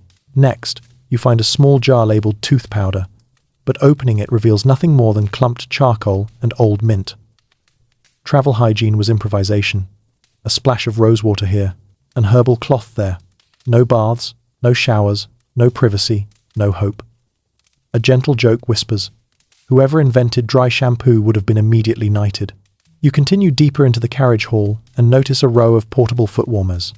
They seem cozy, until you recall that they were filled with hot coal that released soot into the carriage, soot that clung to clothing, and soot that mixed beautifully with sweat. Royal women finished journeys looking like glamorous chimney ghosts. You walk toward the final carriage, a massive state coach, the kind used for ceremonial entrances. Gorgeous, gleaming, heavy, but imagine being a queen inside that thing for a 5-hour procession with limited airflow, perfume melting, wig tilting, corset digging, sweat trickling, and no escape. You sigh quietly. Glamour never smelled this complicated. You step out of the hall and into fresher air. Ahead, a cramped stairwell leads to another chamber, one filled with warmth, incense, superstition, and a very different kind of discomfort. The royal birthing rooms, where hygiene took a dramatic and emotional plunge. You straighten your shoulders and keep walking. You climb the narrow stairwell, leaving behind the rattling carriages and their stale, dust-saturated air. The passage twists gently, warmed now by something thicker, heat, incense, and a faint sweetness you can't quite place. When you push open the next door, the temperature rises instantly, wrapping around you like a heavy cloak. You've stepped into one of the most intense, least hygienic, and emotionally charged spaces in any royal woman's life. The birthing chamber. Tonight, you're witnessing childbirth as it unfolded centuries ago. Not serene, not sterile, not quiet, but a whirlwind of superstition, pain, heat, sweat, prayers, attending ladies, midwives, and a room packed with people who somehow believed more bodies equals better birthing energy. You take a slow step inside. Thick curtains smother the windows, shutting out drafts completely. Heat suffocates the air, intensified by braziers burning with herbs meant to purify the room. In reality, they made the chamber feel like an over-perfumed sauna. You inhale. It smells of rose petals, lavender, sweat, damp sheets, old wood, and childbirth's metallic undertone. A mainstream historical fact settles in your mind. Royal births were public events. Queens often laboured with dozens of spectators, noblewomen, midwives, bishops, ladies-in-waiting, physicians, and political witnesses, ensuring the baby's legitimacy. Privacy? Not even slightly. Imagine pushing through contractions while the Duchess of Somewhere fans herself beside your bed, offering helpful observations. You glance at the bed. It's smaller than the grand bedchamber beds, but far more chaotic. Sheets are rumpled, stained, damp from both childbirth and the heat trapped inside this sealed room. The mattress stuffed with wool or straw does not help the situation. Those materials trap moisture, smells, and bacteria. You touch the corner and feel how warm and clammy it is. Your fingers curl reflexively. A soft joke drifts through your mind. The only thing this room is missing is a sign that says, "Welcome to the least sterile place on earth." You look around and see padded stools, birth stools, positioned near the bed. Many royal births involved sitting upright or squatting, with attendants holding the queen steady. These stools, beautifully carved, decorated with symbols of fertility, and absolutely uncleanable. Wood absorbs everything. If these stools could talk, they would scream. Nearby, a table holds tiny bottles of oils and tinctures. Lavender for calming nerves, clove for tooth-grinding pain, rosemary for purifying humours, and myrrh for strengthening the womb. You know now that these scents could only do so much. Pain was real. Sweat poured, frustration grew, and the air thickened until it felt alive. A quirky tidbit jumps forward. Some queens birthed in rooms painted red or draped in red fabrics because red was believed to encourage healthy labour. Symbolic? Yes. Hygienic? No. Red. Dyes often bled when damp, staining everything they touched, including the queen. You picture attendants fussing over crimson streaks, unsure which were dye and which were not dye. You turn and notice a basin filled with water. Not warm water, hot water. Physicians believed heat drove away evil spirits and helped open the body safely. So fires burned constantly, sealing the room like a humid greenhouse. The queen, sweating profusely, dehydrated, exhausted, endured this on top of labour pain. Historians still argue whether some of these extreme practices worsened outcomes. Some claim hot rooms caused infections. Others argue they were harmless traditions. But the debate endures. Did these chambers help or hinder royal births? Scholars still tilt their heads and say, "Eh." You hear distant murmurs, imagined attendants whispering anxiously. Women massaged the queen's lower back, fanned her face, offered herbal teas that tasted like disappointment. A midwife kneels beside the bed, holding tools from a world before modern obstetrics existed. Small knives, cloth bindings, hooks for emergencies. Your stomach tightens. You hope none of those were needed today. You walk toward a corner where a cradle sits, carved and lined with embroidered cloth. It's beautiful, soft, shimmering, regal, but you see faint stains on the lining, traces of old milk, sweat, maybe herbs from earlier births. Cradles, like everything else, weren't cleaned frequently. They were precious artifacts, passed down, reused, cherished, and occasionally damp. You step back and examine the people crowding your imagination. Dozens of bodies in one sealed room, breathing, sweating, whispering, watching. The air thickens again. The heat rises. The incense smokes. Someone trips over a stool. A lady in waiting faints from the heat. A physician argues about humours. And through it all, royal women laboured with no pain relief beyond herbal concoctions and sheer willpower. You pause to take it in. The mess, the smells, the rituals, the pressure. This wasn't the sanitized, serene birth scene you see on movie screens. It was visceral, loud, humid, and overwhelming. And when the baby finally arrived, the room erupted in chaos. Attendants shouting, midwives wrapping the newborn in cloth that wasn't fresh, nobles pressing forward to witness, someone accidentally stepping on someone else's skirt. The queen, exhausted and drenched in sweat, was immediately cleaned with linen cloths dampened in wine or rosewater tools that were far from sterile. Another soft joke arrives. If hand sanitizer existed back then, it would have been worshipped. You walk toward the door, glancing once more at the darkened, overheated birthing chamber. You feel a wave of respect for the royal women who endured this not just once, but often many times. Without privacy, without hygiene, without comfort, and always under the watchful eye of politics, superstition, and duty, you step out gently, letting the cooler corridor air wash over you. Ahead, dim lights flicker through another doorway, the realm of medieval and early modern medical treatments. Strange cures, superstitious rituals, cleansing methods that were anything but. You take a steady breath and continue forward. You leave the sweltering birthing chamber behind, stepping gratefully into a cooler corridor where the air finally moves again. You inhale deeply, just stone, dust, and faint perfume now. A relief. But that relief doesn't last long, because ahead, a heavy wooden door creaks open on its own, as if inviting you into a world where medicine meant anything from herbs and prayer to procedures so questionable they could make a ghost clutch its pearls. Tonight, you're entering the realm of superstitious medical cures, the strange, unsettling, and sometimes dangerous treatments royal women endured in the name of cleansing impurities, balancing humors, or simply staying alive. You step into a dim medical chamber, lit by smoky oil lamps. Shelves line the walls, packed with jars containing herbs, powders, dried flowers, and a few items that look suspiciously like they belong in a nightmare. The scent is sharp and bitter vinegar, burnt herbs, stale wine, and something vaguely metallic. Your eyes land on a table covered in tools. Metal spoons, sharpened needles, cups with rounded rims, leeches floating lazily in a jar. You sigh softly. You know exactly where this is going. A mainstream historical fact rises immediately.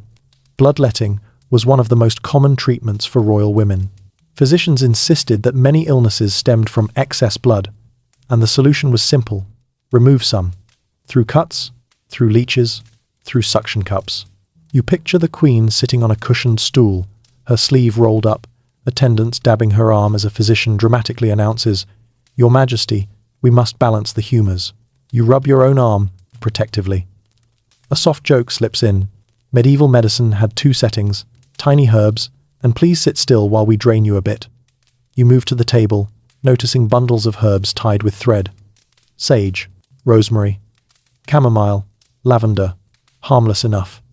But mixed among them are stranger items: powdered staghorn, dried frog skin, crushed gemstones, and even powdered mummy, yes, real mummies.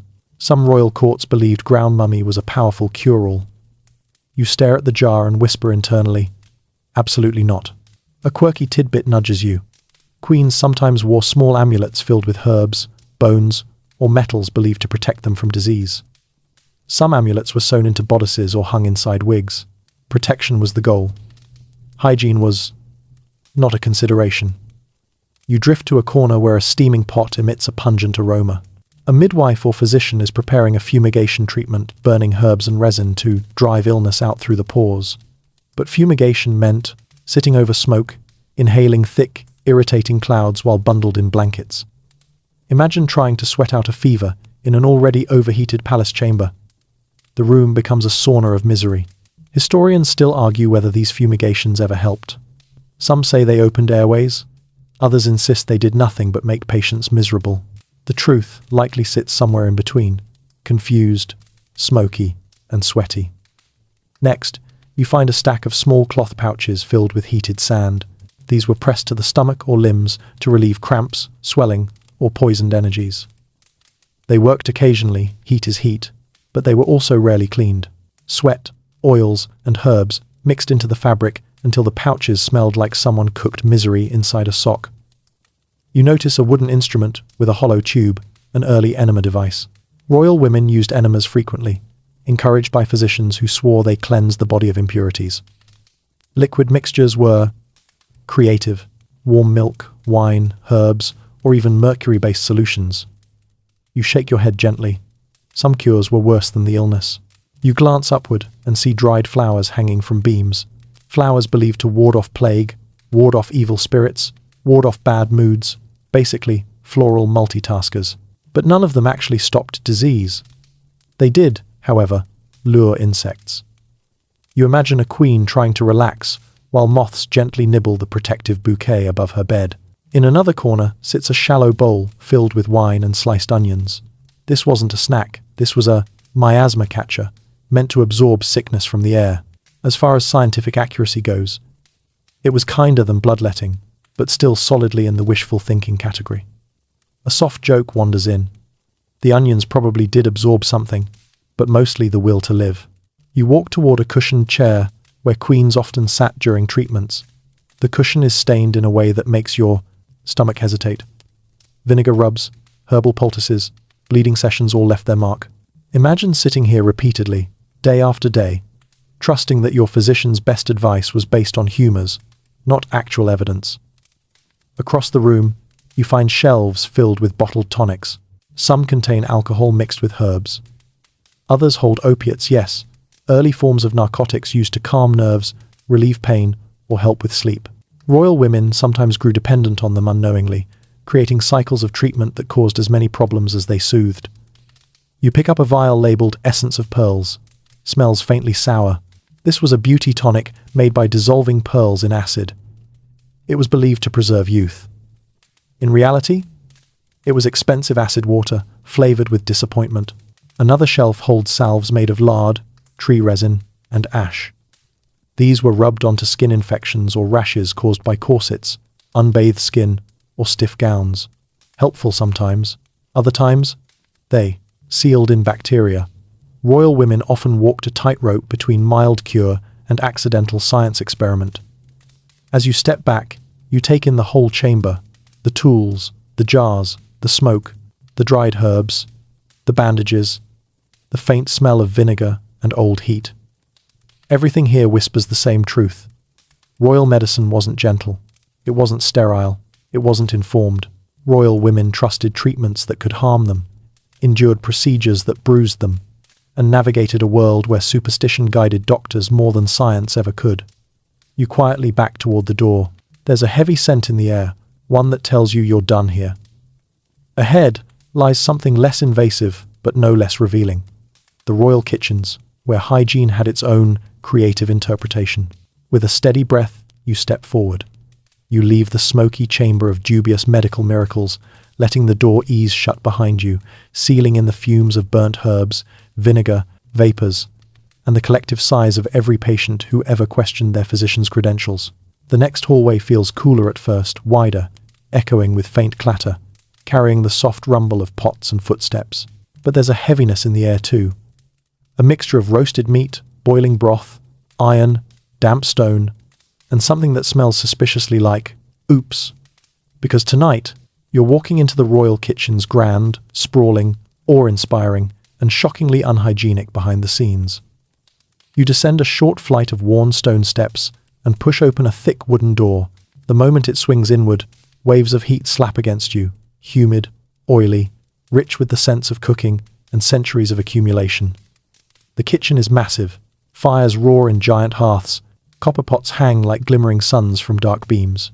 Tables overflow with bread, vegetables, spices, pastries, plucked birds, cuts of meat, unidentifiable piles of something, and baskets that smell like the memory of produce past its prime. A mainstream historical fact rises instantly. Royal kitchens were enormous operations. Hundreds of cooks, bakers, butchers, spit-turners, scullions, and servers worked in these vaulted rooms. They produced thousands of meals a week, luxury dishes, exotic imports, elaborate pastries sculpted like animals or castles.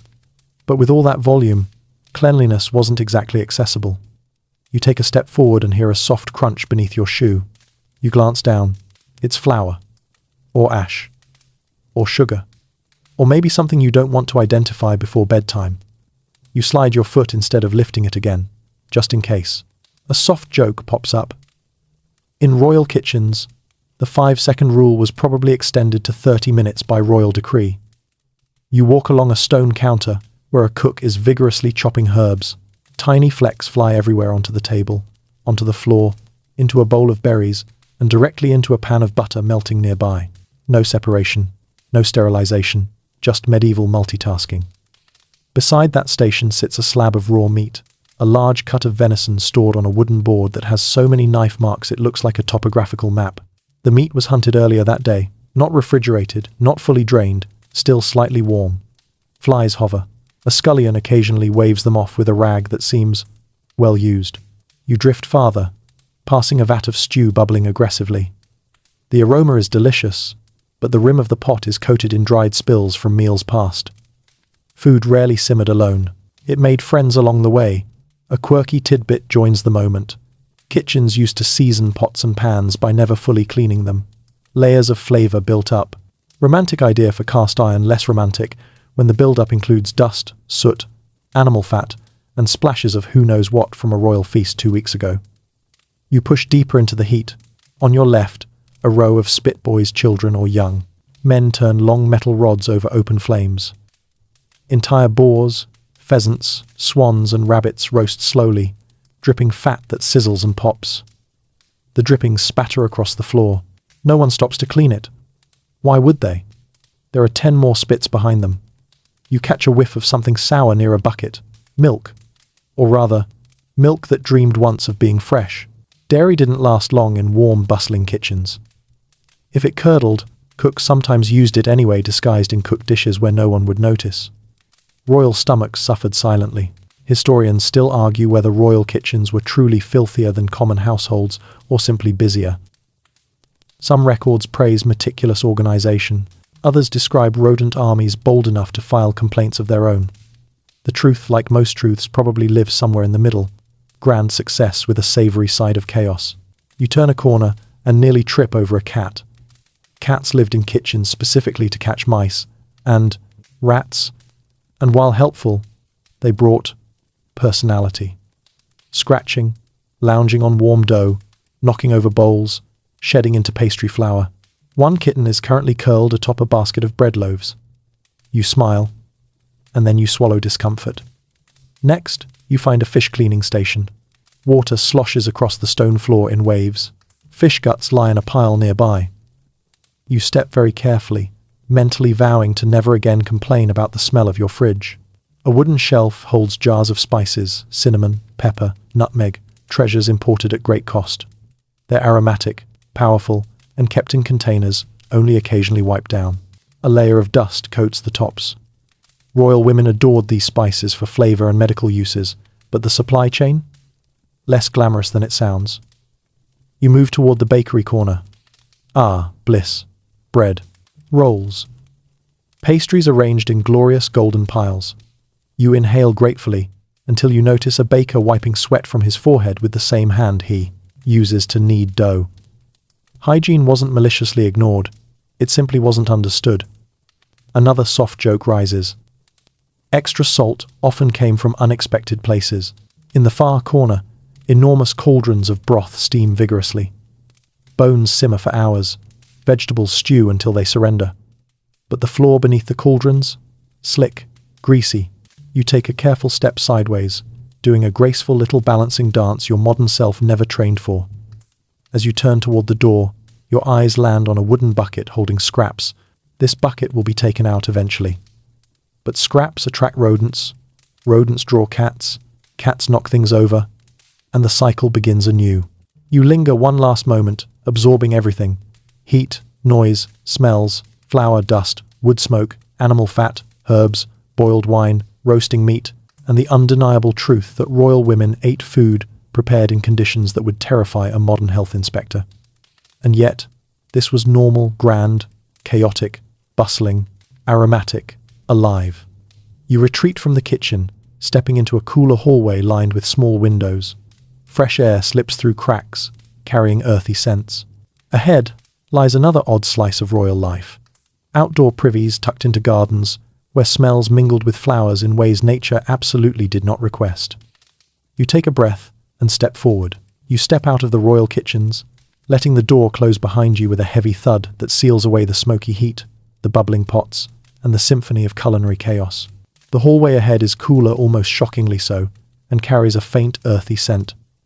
Not perfume, not incense, something greener, fresher, natural. You follow it toward a set of glass-paneled doors leading into the palace gardens.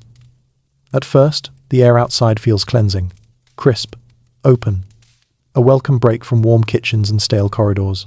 You breathe in deeply, savoring the mild sweetness of jasmine on the breeze. The soft rustling of leaves calms your senses. Birds chirp politely. But then you catch a very different smell. Sharp, sour, unmistakable. You freeze mid-step and glance to your right. Ah, yes, that part of the garden. Tonight, you're venturing into the strange, smelly, poorly concealed world of garden privies and outdoor toilets, places royal women used when they needed privacy, fresh air, or simply an alternative to chamber pots that had overstayed their welcome.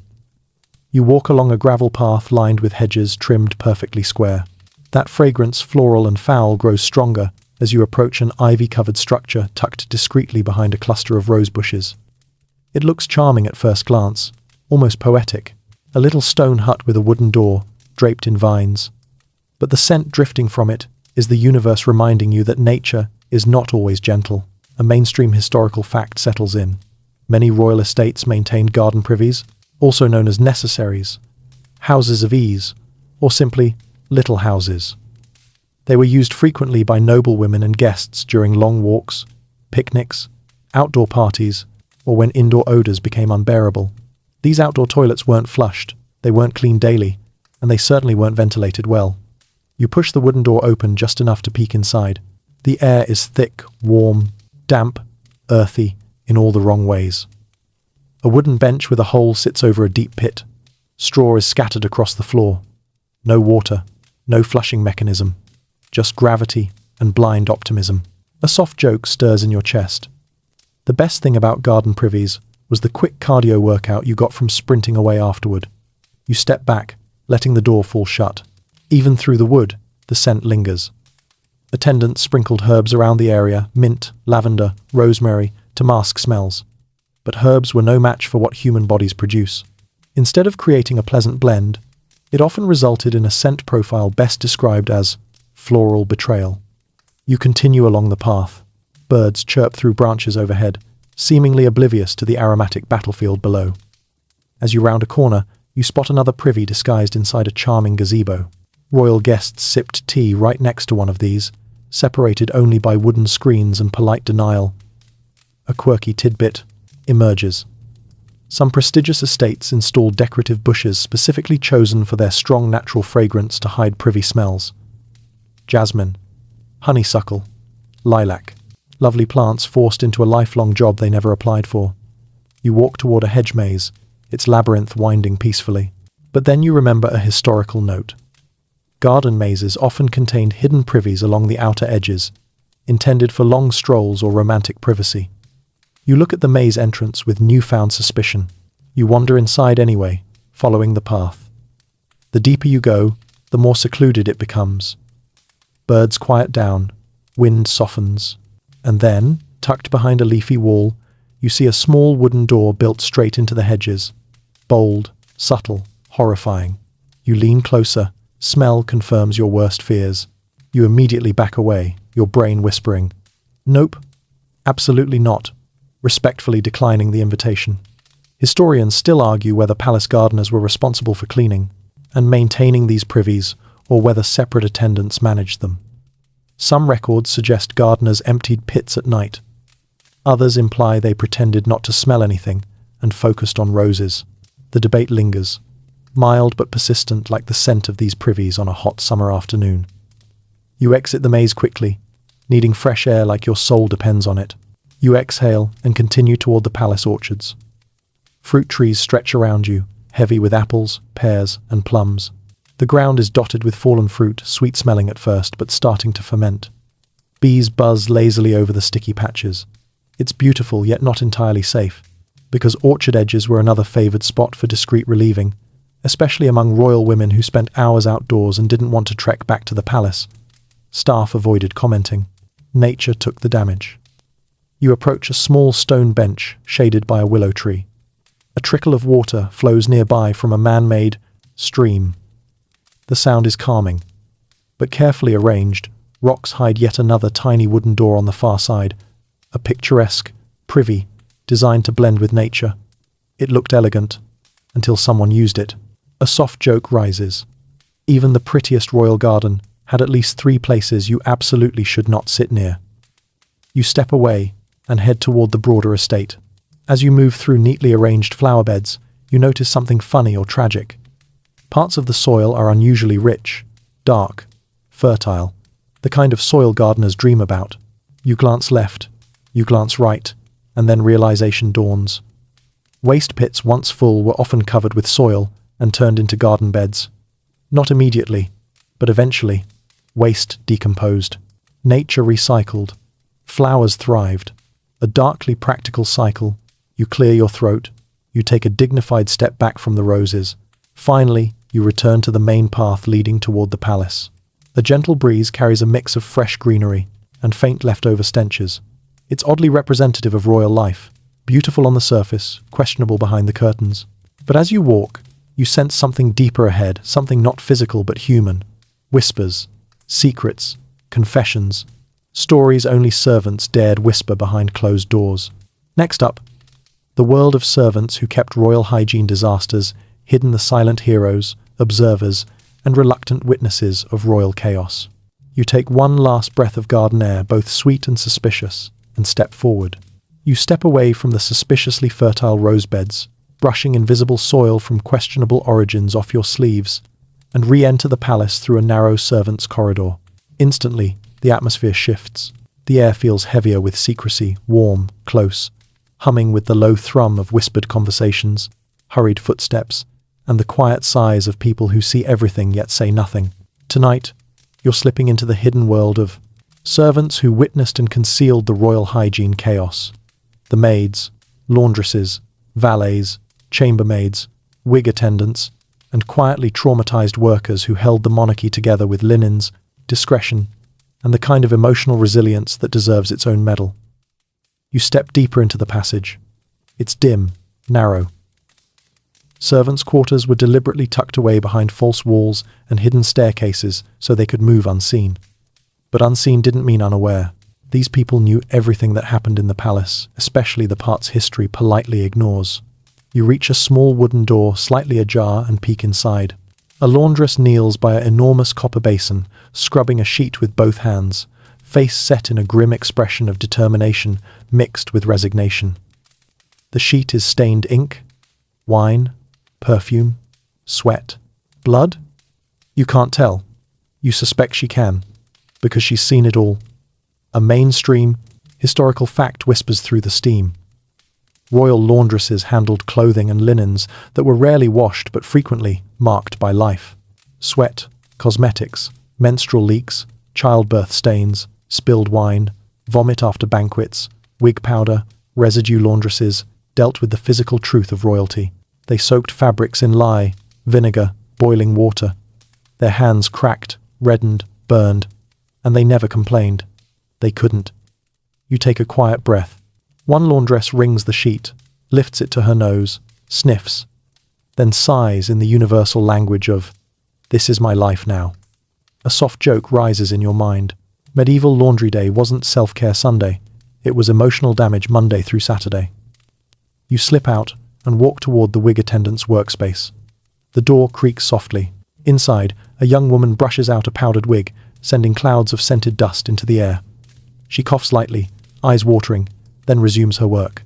The wig smells, faintly of lavender, and strongly of scalp. She knows exactly what lived inside it, what died inside it, and what might still be plotting a comeback.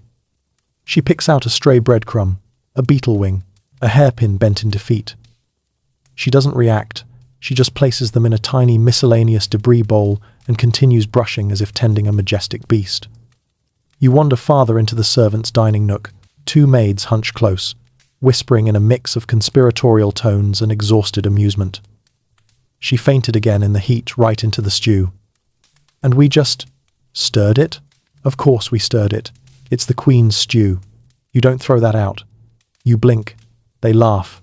Then they return to folding linens with the efficient grace of people who want to forget that conversation ever existed. A quirky tidbit slips into your thoughts. Many royal servants had special code words for unpleasant tasks. Chamber pots were royal vessels. Soiled linens were the Queen's misfortunes. Wig parasites were powder sprites. Their creativity was unmatched and necessary for emotional survival. You continue down the corridor and duck into a room where chambermaids keep supplies. Shelves overflow with linen cloths, herbal sachets, wooden pails, vinegar jugs, feather brushes, and an unmistakable pile of half-washed undergarments hiding under a towel as if they're ashamed of themselves. A maid enters, juggling 3 chamber pots like a reluctant circus performer. She sets them down with a huff. You see her glance around left, right, then mutter the universal servant prayer. Please let this one be dry. It isn't. Historians still argue whether servants exaggerated the horrors of palace hygiene in letters and diaries out of frustration, or whether the realities were truly that extreme. Scholars point to contradicting records, some sanitized, some brutally honest. The debate continues, like a polite academic duel fought with quills dipped in gossip. You move into another narrow stairwell leading to the Queen's antechamber. Here, attendants gathered before dawn, preparing gowns, cosmetics, perfumes, chamber pots, linens, wigs, fans, herbs, and emotional support. They saw the Queen at her most human bedhead. Sweat, cramps, exhaustion, tears, mood swings, discomfort. They knew her real schedule, her secret insecurities, her health issues, her private annoyances. They were the keepers of truths that never reached court gossip. One maid sits on a step, mending a delicate chemise. There's a faint stain on the fabric that she's scrubbing gently with vinegar. Her expression is soft, almost protective. She isn't judging the Queen. She isn't resentful. She's simply doing her job with quiet loyalty. That's what makes servants so important and so invisible. You pass a valet polishing a pair of shoes that have seen more palace accidents than any historical record dares mention. He hums softly, unfazed by whatever faint scent those shoes refuse to let go of. Another servant walks by with a tray of scented oils. She slips slightly. You grab the railing instinctively. She steadies herself, sighs, and mutters, "It's always the sandalwood that betrays me." A soft, affectionate joke fills the air. If palace servants held a yearly award show, categories would include Best Injury Sustained while catching falling wig powder, Most Dignified Response to Undignified Mess, Outstanding Achievement in Pretending You Didn't See That. You walk the rest of the corridor slowly, absorbing the truth. Royal women might have lived in luxury, but servants were the ones who managed the consequences of that luxury. They cleaned, carried, lifted, scrubbed, brushed, washed, deodorized, soothed, and endured. They kept secrets that could ruin reputations. They were the quiet backbone of palace life, the ones who knew the real story behind every immaculate gown and glamorous portrait. You reach the end of the servants' corridor, stepping into a more open hallway leading toward the palace's outer chambers. Ahead, uncertainty brews. Panic, urgency, disease, the plague years. And how royal women believed they could stay clean during epidemics, using methods that will make everything you've seen so far feel almost reasonable. You steady your breath and move forward. You leave the servants' corridor behind the whispers, the quiet bravery, the laundresses battling stains that could declare war on entire kingdoms, and step into a vast hallway where the air feels unnervingly still. Too still. The silence carries weight, like something unseen is holding its breath, because now you're walking into a chapter of royal life soaked in fear, superstition, and desperate attempts at self-preservation. The plague years when disease swept through cities, palaces, and villages alike, leaving royal women clinging to any cleanliness, ritual they believed would save them. You drift forward. The corridor widens into a stateroom, once used for receptions, now eerily empty. Windows are shut tight, draped in heavy curtains. A single brazier burns in the center of the room, sending up a slow spiral of sweet-smelling smoke. At first, it seems pleasant rose, sage, maybe lavender, but beneath it is something sharper: vinegar, pitch, panic. A mainstream historical fact settles heavily. During plague outbreaks, doctors believed disease traveled through miasma, poisonous, foul air that seeped into the body. So royal women became obsessed with controlling the air around them. They burned herbs constantly, carried pomanders, tiny metal balls filled with strong spices and vinegar, sealed windows, wore heavy cloaks, bathed even less. You move toward the brazier and kneel. Bundles of rosemary and juniper hiss as they burn. The aroma is thick, overwhelming. Royal physicians insisted this smoke purified rooms. In reality, it choked airflow and made chambers hotter, stuffier, more suffocating. You cough gently. A soft, ironic joke slips through. Nothing says, "Stay healthy," like staying sealed in a smoky room breathing hot herb fumes while wearing 8 layers of wool. You glance around the chamber and see bowls of vinegar placed on windowsills. On a table nearby sits a jar of crushed garlic, a jug of rosewater, and sachets stuffed with cloves, all believed to repel plague. You lift one pomander, beautifully crafted, silver filigree, scented strongly with cinnamon and ambergris. Royal women carried these everywhere, pressing them to their noses whenever someone coughed. They slept with them beside their pillows. Some even wore them inside wigs or tucked into bodices. A quirky tidbit drifts in. Some noblewomen soaked handkerchiefs in vinegar and herbs, tying them around their necks or even stuffing them into nostrils during outbreaks. Imagine a queen walking through her palace with tiny cloth plugs up her nose, insisting it was doctor's orders. You move toward the far wall where a cloak hangs on a hook, its heavy dark wool lined with fur. You carefully lift it. It smells intensely of herbs. Royal women wore these plague cloaks, outdoors even in sweltering summer, to block miasma from reaching their skin. They believed bare skin was an invitation for disease. Historians still argue whether these cloaks helped or harmed. Some say they offered limited protection by shielding skin from fleas carrying plague. Others insist the heavy layers trapped hot, bacteria-rich sweat against the body. The debate floats like persistent incense. You step into an adjacent room, once a dressing chamber. Now it looks like a makeshift apothecary. Bowls line the table, burnt rue, ground wormwood, slices of lemon, bottles filled with preventive tonics, wine infused with bitter herbs. These mixtures were consumed daily. Some queens even bathed rarely, in rosewater and vinegar blends, believing the acidity protected them. You run your fingers over a bottle labeled Elixir of Health. It smells like wine, garlic, clove, and desperation. On a small chair lies a mask, an early plague mask, not as dramatic as the beaked doctor masks, but still unsettling. This one is made of linen with layers of herbs sewn inside. Royal women sometimes held these to their faces in public, shielding themselves from infected air. You move toward the window and pull back the curtain. The glass is foggy. On the other side, you see the palace courtyard silent, empty, devoid of the usual bustle. During outbreaks, royal families isolated themselves in their estates, shutting gates, cancelling court events, banning visitors. Servants were quarantined, entire wings were sealed. You pull the curtain closed again, letting the room fall back into dim comfort and suffocating stillness. A soft joke surfaces. If air purifiers existed back then, queens would have declared war just to own one. You walk toward a low table covered in letters. Some are sealed, some torn open, all written in careful, anxious handwriting. Notes from nobles pleading to visit, requests for help, updates about city outbreaks. Royal women, trapped indoors, read these daily pulled between empathy, fear, and helplessness. You pick up a letter and run your thumb along the edge. The ink smudges. Messages traveled slowly and unreliably during plague waves. Rumors moved faster. Fear moved fastest. In another corner sits a bowl of herbs soaking in vinegar. This wasn't a recipe, it was a hand sanitizer attempt. Royal women dipped cloths into the mixture and wiped their hands, wrists, even door handles. Did it help? Possibly. Did it smell awful? Absolutely. You step into the final chamber, one used for prayer. The scent of burning wax mixes with incense. A rosary lies on a cushion.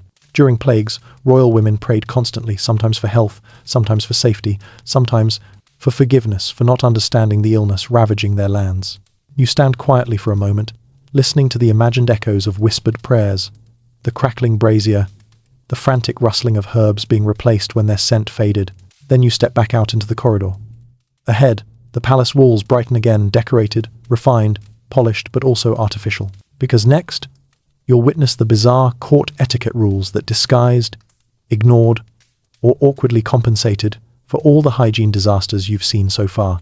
Rules so strange they make wigs with built-in snack pockets seem reasonable. You walk forward. You step out of the incense-heavy plague chambers and into a corridor that feels brighter, lighter, almost theatrical. Polished floors gleam beneath your feet. Tapestries shimmer in the candlelight. Everything looks elegant again, refined, composed, which immediately makes you suspicious. Because if royal life has taught you anything tonight, it's this. When everything looks perfect, Something strange is happening behind the scenes. And tonight, you're stepping into the bizarre, rigid, utterly bewildering world of court etiquette rules, so strict and oddly specific, they often existed just to distract people from the questionable hygiene unfolding underneath all that glamour. You walk into a grand hall filled with the distant murmur of imagined courtiers. Gowns sweep elegantly across the floor. Gentle laughter floats through the air. But beneath the grace and poise lies a labyrinth of expectations designed to keep everyone looking controlled, even when they smelled, sweated, leaked, itched, or desperately needed the privy. A mainstream historical fact lands softly. Royal etiquette dictated almost every movement a noblewoman made. How she stood, how she bowed, how she moved her hands, how she smiled, how she breathed, yes, really. And even where she placed her eyes. Hygiene problems couldn't interrupt etiquette. Etiquette dominated everything. You take a step forward and feel the tension. The stiffness of posture enforced by corsets that haven't been washed in months. The faint perfume clouds swirling like polite armor. The wigs, towering and motionless. The courtiers pretending they don't smell each other. The queen pretending she's comfortable. You stop beside a group of noblewomen practicing their court curtsies.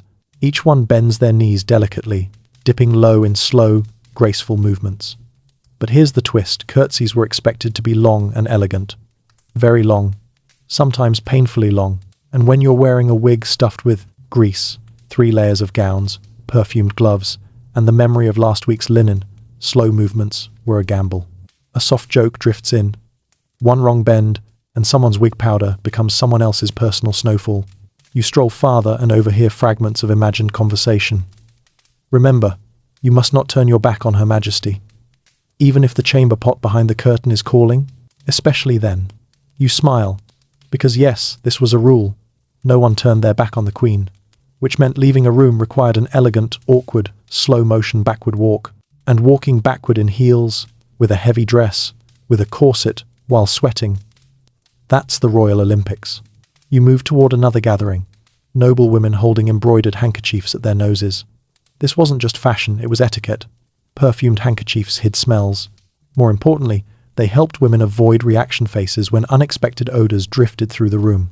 A quirky tidbit floats forward. In some courts, if someone farted loudly during dinner, etiquette required everyone to pretend nothing happened.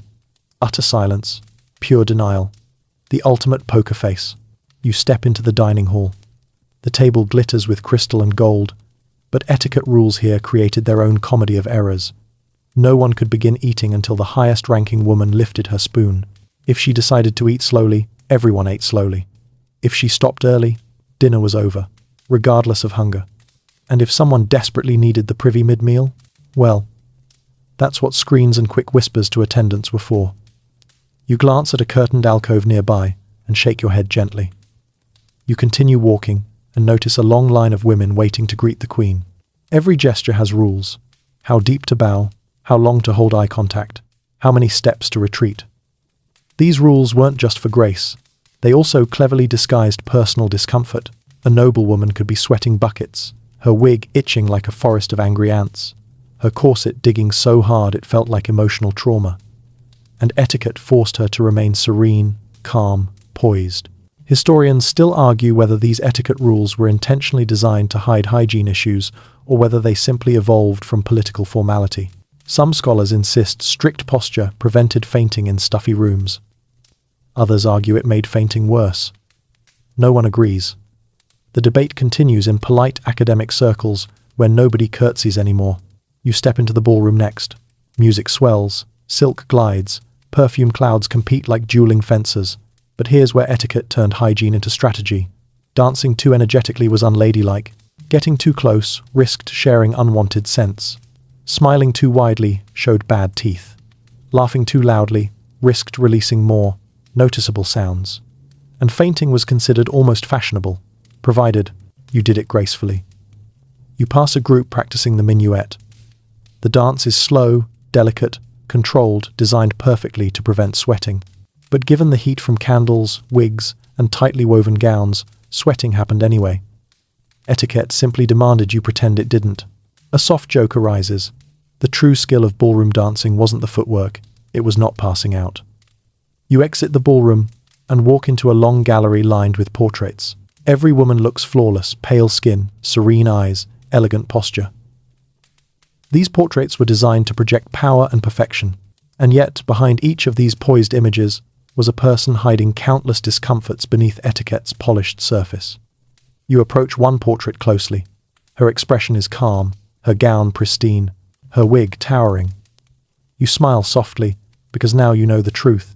She probably endured itching, sweating, painful shoes, unwashed layers, and questionable perfumes, all while maintaining perfect posture for hours. You take a step back.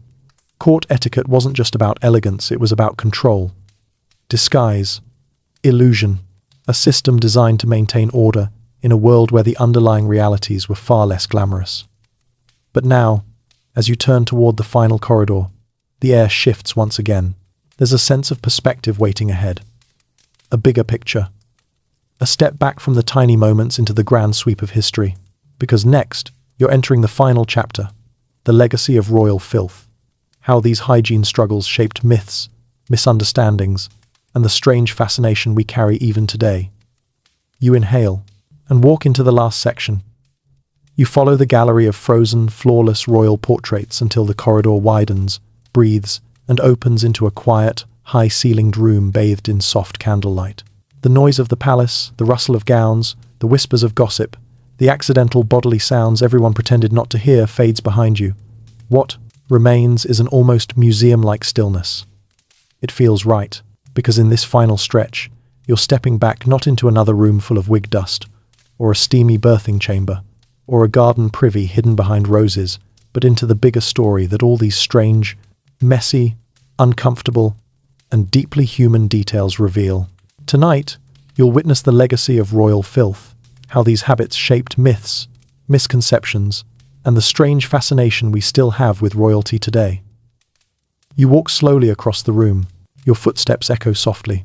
Tapestries hang in gentle waves, showing scenes of queens bathing in marble pools, lounging under silk canopies, standing in spotless gardens, idealized, airbrushed by medieval imagination long before Photoshop existed. You stop in front of one tapestry, showing a queen surrounded by maidens, pouring water into a golden bath, an image that radiates purity and elegance. But you now know the truth. Those baths were rare, hesitant, sometimes feared. The heavy symbolism of purity wasn't hygiene, it was political storytelling. A mainstream historical fact settles warmly. Royal imagery was carefully crafted to project cleanliness, divinity, beauty, and superiority.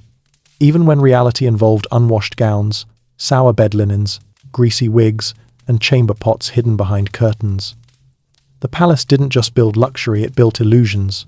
You move toward a glass display table where items rest like relics. A silver chamber pot, a perfumed hand fan, a lace ruff stiff with starch, a wig brush crusted with old powder. Spread out like this, they look harmless, almost charming. But you know better. Each object tells a story the portraits refuse to include. You reach out and gently touch the handle of the chamber pot. Cold, smooth, decorative. A contradiction in metal form. You think about how royal hygiene wasn't bad because queens were careless, it was bad because the world around them lacked sanitation, technology, scientific understanding, and privacy. And yet the myth of their perfect cleanliness persisted. A soft joke drifts in. If historical movies were honest, costume departments would need industrial-strength deodorant budgets. You move deeper, past an open window where night air trickles in. Outside, the moon hangs above the palace like a soft silver watchman, illuminating the rooftops and courtyards. From up here, the palace looks serene, pure even, the perfect disguise. Historians still argue whether we exaggerate royal filth because it's shocking, or whether we sanitize it because glamour sells better than truth. Some scholars say court life was disgusting. Others insist it was simply different. The debate continues, much like the eternal question of whether wigs really harbored entire ecosystems. No matter the answer, the fascination remains. You glance at a display of old medical tools, bloodletting cups, herbal sachets, ointment jars. They represent fear, hope, desperation, even love, because royal women weren't dramatic caricatures, they were people doing their best with the limited knowledge they had. You walk past a velvet-upholstered chair, beautiful, slightly stained, familiar now. You imagine a queen sitting in it centuries ago. Itchy, overheated, powdered, perfumed, exhausted, but smiling because court etiquette demanded it. You wonder if she ever imagined that people in the future would idolize her lifestyle as elegant. You stop in the middle of the room and breathe. You've walked through stink-filled corridors, overheated birthing rooms, dusty wig chambers, chaotic kitchens, garden privies, cramped travel carriages, and more questionable fabrics than your modern brain will ever fully process. And yet, beneath all the grime, one truth shines clearly. Royal women were survivors. Survivors of superstition. Survivors of etiquette. Survivors of expectations. Survivors of medical guesswork. Survivors of a world that demanded perfection while offering almost nothing to support it. You picture the queens and noblewomen you followed tonight, not the portraits, but the real ones. Tired, sweaty, brave, human. You take a step back. One more. And another. The palace grows quieter, the candles dimmer, the echoes softer. You're leaving the world of royal filth behind, not because it wasn't fascinating, but because your journey here is complete. You exhale. And now, it's time to drift into the final wind down. The palace around you softens now, its edges fading like a candle flame relaxing after a long night. You take a slow breath, letting it all slip away: the heavy gowns, the powdered wigs, the dim corridors and clattering kitchens, the strange perfumes and stranger customs. Everything grows gentler, quieter, as though the entire story you just walked through is folding itself neatly into memory. You feel the space around you widen, the air cooling, smoothing, loosening, the harsh scents dissolve. First, turning into something faint and almost sweet. Then the noise fades, the echo of footsteps, the murmurs of courtiers, the rustle of fabrics, until only a soft hush remains, like distant night wind moving through tall grass. Let your shoulders drop a little. Let your breath lengthen. Let your mind settle into that slow, steady rhythm your body has been waiting for. Picture yourself stepping back from those vast palace halls, further and further, until they shrink into the landscape and finally disappear. What's left is calm. An open sky above you, cool night air brushing gently past, a feeling of quiet safety that grows warmer with every breath. For a moment, imagine a small warm light glowing at the center of your chest. Soft, steady, peaceful. With each inhale, it brightens. With each exhale, it expands just a little, filling the space around you with a calm that feels earned, comforting, almost whispered. You've wandered through centuries tonight. You've seen strange, curious, almost unbelievable things. And now your body knows it's okay to let all of that drift away. Just breathe. Let the night carry you. Let your thoughts move slower and softer and lighter. You're safe. You're warm. You're winding down. And as your eyes grow heavier, know this. Everything is okay. Everything can rest now. And so can you.